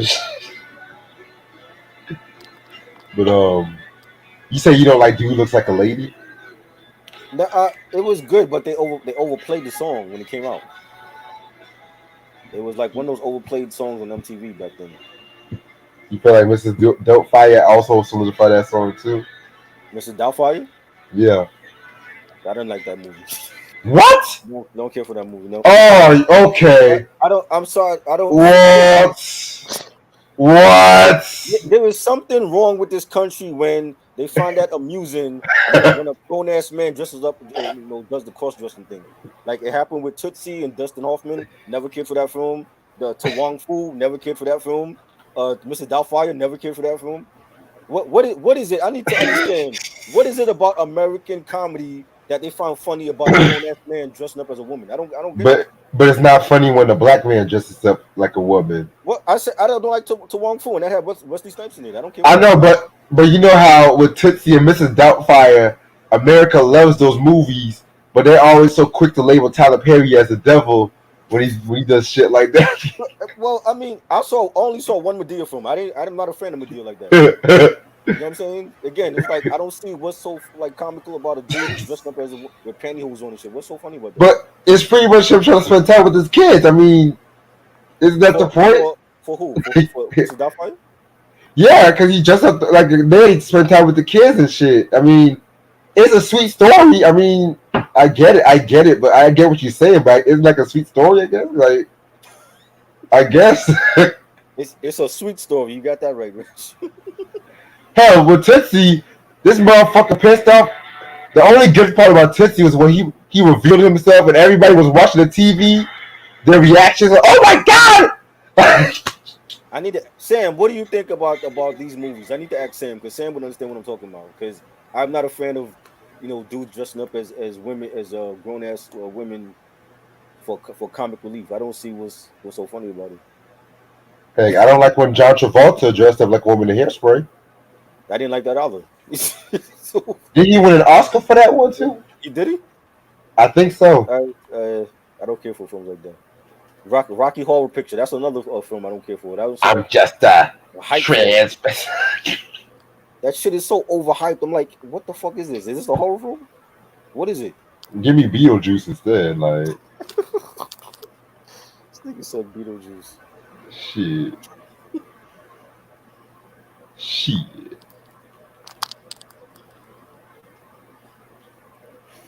I don't I know. like. Not a fan. No, not a fan. Hallelujah.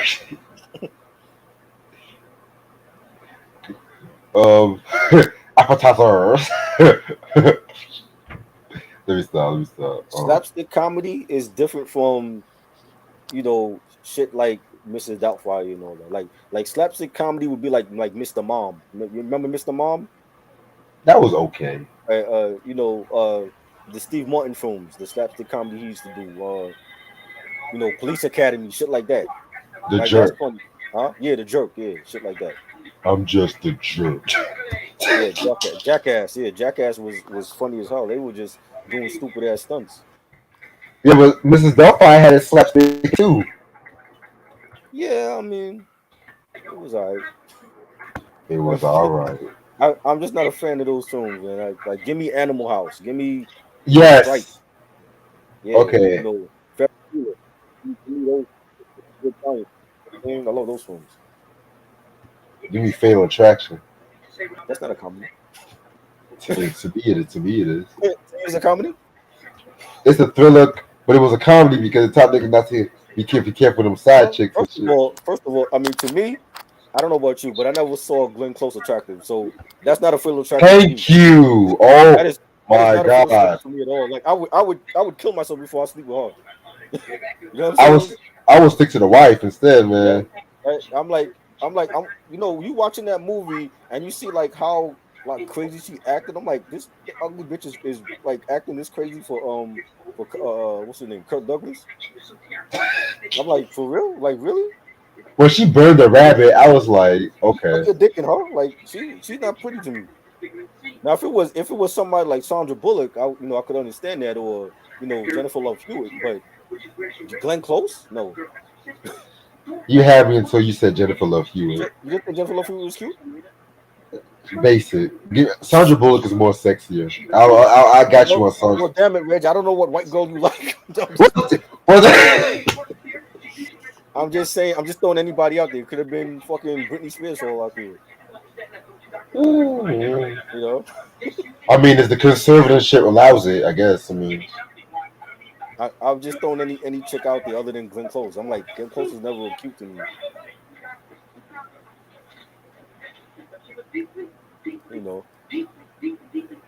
I didn't care for that film either. Vin Rames, I don't even remember that. Trash. Holiday Heart. I hate that movie. Never saw it. And he did some questionable shit in Pulp Fiction also. That I didn't. I ain't care for that film. I think that film was overrated. Hell, he did some questionable shit in Babyface where he licked Tyrese's head and shit. Yeah. You're cooking butt ass naked in the kitchen. I'm like, really? That's what you doing? It was some breakfast. That's what you doing? All Vaselined up and shit, like nigga. I'm like, come on.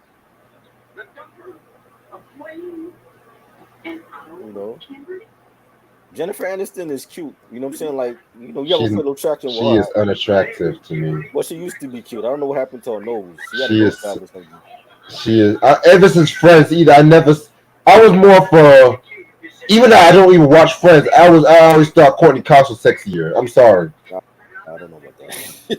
I'm not a fan of Courtney. Okay, you know what? I'm just not even gonna say what white girls I like anymore.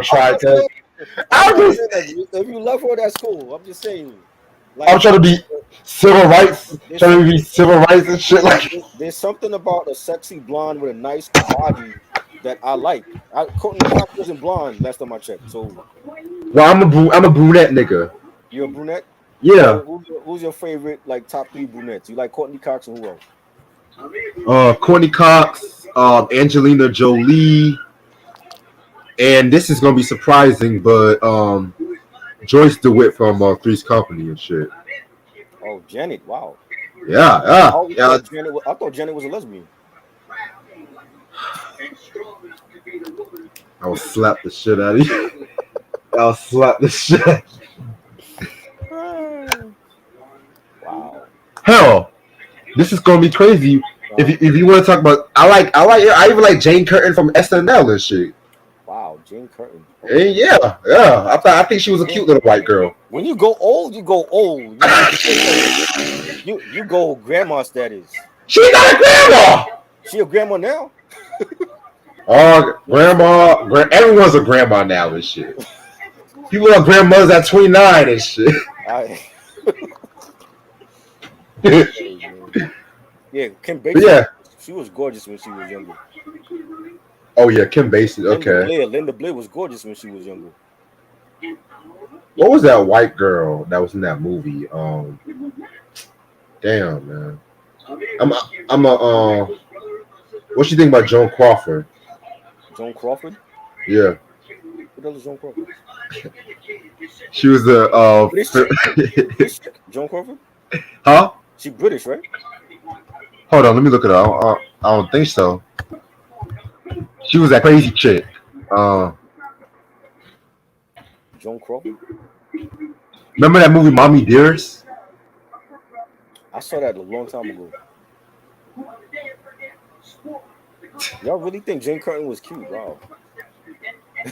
Oh yeah, Jake. Especially your third walk from the sun and shit. Wow. But she used to be wearing them skirts and then used to have them legs. She used to have them legs showing out and shit. Like, come on, man. Wow. It was her and that black girl Nina and shit that was kind of cute. Nina got them DSLs and shit, you know. I used to. I don't know Cameron Diaz. Cameron Diaz, nah. Oh, she's too ugly. Hell fucking no. She don't. I didn't even know she was Latina. She don't even act like a Latina. That's funny. Michelle Pfeiffer, she was okay. She was cute. She was cute in Scarface. Yeah, I was about to say that. She was gorgeous in Scarface, and I liked her little MILF thing going on in Wolf, but that's about it. The way she was, her corny dance here was attractive to me. I'm not gonna lie. Yeah. Well, she was Tony liked it. Like, you like that? Tony took a bullet for her. I'm like, not me. And then she was on her grateful ass. Right? You should know that. Give me Holly Berry. I'll take a bullet for her. I ain't taking no bullet from bony ass Michelle Pfeiffer. I'll take a bullet for Regina Hall and shit. Fuck. Yeah, you know. Sharon Stone was good up until a point. She don't look like that no more though. Cyndi Lauper, hell no. Drew Barrymore, hell no. Drew was cute when she was younger. Now she look like a old hippie now. What about Judith Light? Hell fucking no. Really? From Who's the Boss? Really? No, Judith from Who's the Boss? I mean, she ain't got no tits, but she aight. What? What are you smoking, bro? She aight. I mean, I'm just asking. She already got a strike. You just said she ain't got no tits, so she already got a strike. Okay, but a lot of white girls ain't got no tits compared to black women and shit. No, you what? Okay, hold on. Hold on. Let me show you something. I'm just asking. I'm literally just asking, throwing names out there and shit. I never thought she was attractive, but I'm just like, she was aight. Sharon Stone was cute in Total Recall and Basic Instinct, yeah. Shit. I say one white girl and shit, KKK comes after my ass and shit. Like, you already said a woman with no tits. Oh no, that's a strike against them. So. Okay, she ain't got no tits, but she got a pretty face and shit. Goddamn, like, show me a woman that's cute without a chest. A cute without a chest. Yeah. A woman. A cute white woman without a chest, or any woman. Well, Katy Perry ain't really got a chest like that. Katy Perry got a chest. Well, I mean, she got implants. My point exactly. A flat chested chick though. Shit.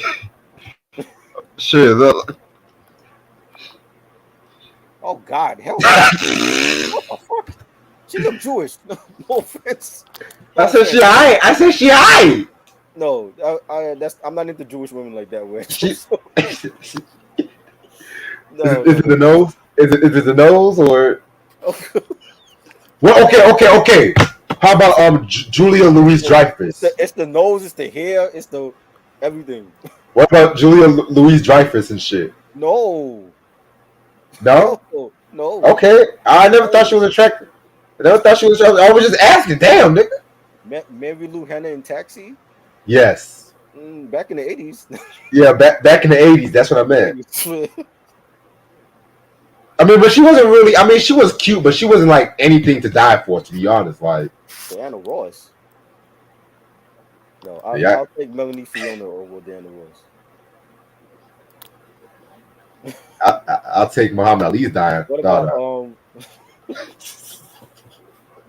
What Layla about Ali. you into Asians? Oh hell yeah! I don't know. Moon, I, Moon, I love Asians, Moon man. Bloodgood. Know what I'm talking about? Moon Bloodgood. Who? Who? Moon. You said Moonshine? No, I said Moon Bloodgood. She's an actress. Let me look her up. She was in Terminator Salvation. Moon Bloodgood. Yeah, she looks kind of Asianish. I think she's like half Asian or something. Oh, her sexy ass. I've seen her before. Yeah. What do you think about her? Hell yeah. I love Asians, man. Julia Well, Stiles not. Julia Stiles too pale. She needs a tan. Hell fucking no. Lucy Liu is sexy. Okay. Lucy Liu is alright. I like that little figure skater, that Michelle Wan figure skater and shit. You know that little. Yeah. I haven't seen her in years though. Oh man. Bianca Lawson? I don't know her. Sexy ass. Who's she? Beyonce's stepsister. Never seen her. I feel like she's cuter than Beyonce. I'm not gonna lie. She got them sexy ass eyes and shit. I'm like, ooh. Wow. You know what other white girl? I'm not gonna lie, I find kind of cute now. Hilary Swank. Okay. Ever since that Patel movie. Oh, the Patel movie. She looked her sexiest because she ain't never looked like that. Right. She had to sleep with a black man. Like, you got to doll her up now. Well, technically, he's mixed though. He's not fully black. He's mixed. I didn't know that. Yeah, Michael Ealy's mixed. Yeah. Mixed what? White? I think so. Yeah. Oh, I didn't know that. Jill Roberts. Yeah, Jill Roberts is she okay? Ugly. You don't like her? Yeah. Not attractive to me. No. I'll take Judith Light over Julia Roberts. What?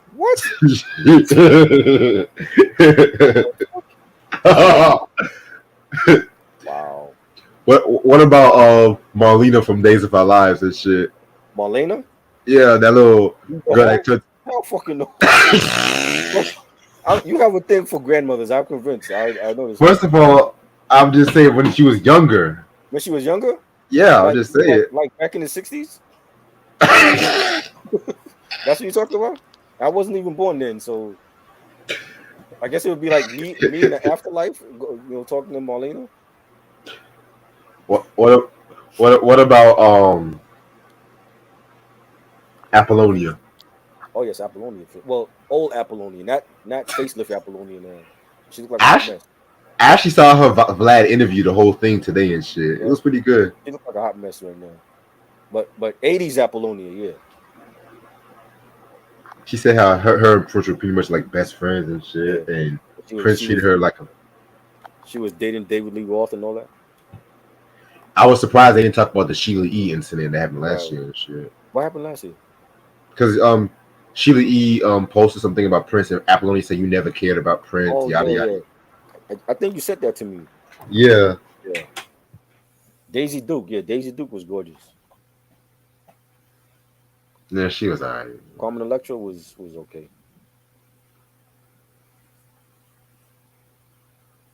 Give me Valerie Bertinelli. Oh Lord, ain't she like 90 years old now? Oh my, she's in her 50s. I meant back in the day. God damn it, she had age. She aged a bit. Damn. Oh yeah, one day at a time. Valerie was good. Yeah, but when she was of age, when she was of age, yeah. He wasn't like older than, older than fucking. Um, mm. Oh, man. What?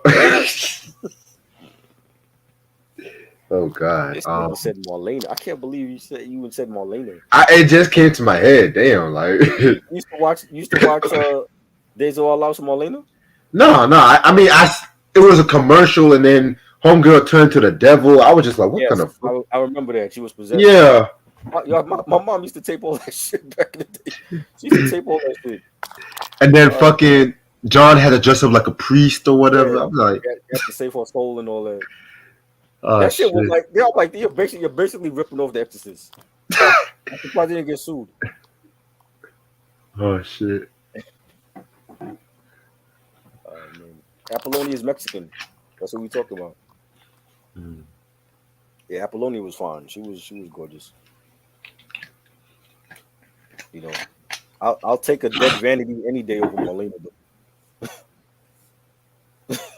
Sam said Jamie Foxx is hot. Wow. Okay, Sam. What about Williams? him? Nah. Too pale for you, man. Too pale. She looks like a little kid. She's like a little kid to you? Yeah. But yeah, I'm gonna call it a night, y'all, because I'm gonna chill out for the night. It's been a long weekend, so I'm not playing some video games till I sleep. We gotta have like start a segment like rate the bitches or something like that. We gotta do like a segment on here, like we just pick like a couple of fine women to rate. Okay, that sounds good. That sounds good. But we had to pick like 5 women. Like it can be black, white, Asian. Right. Indian, all that. You know.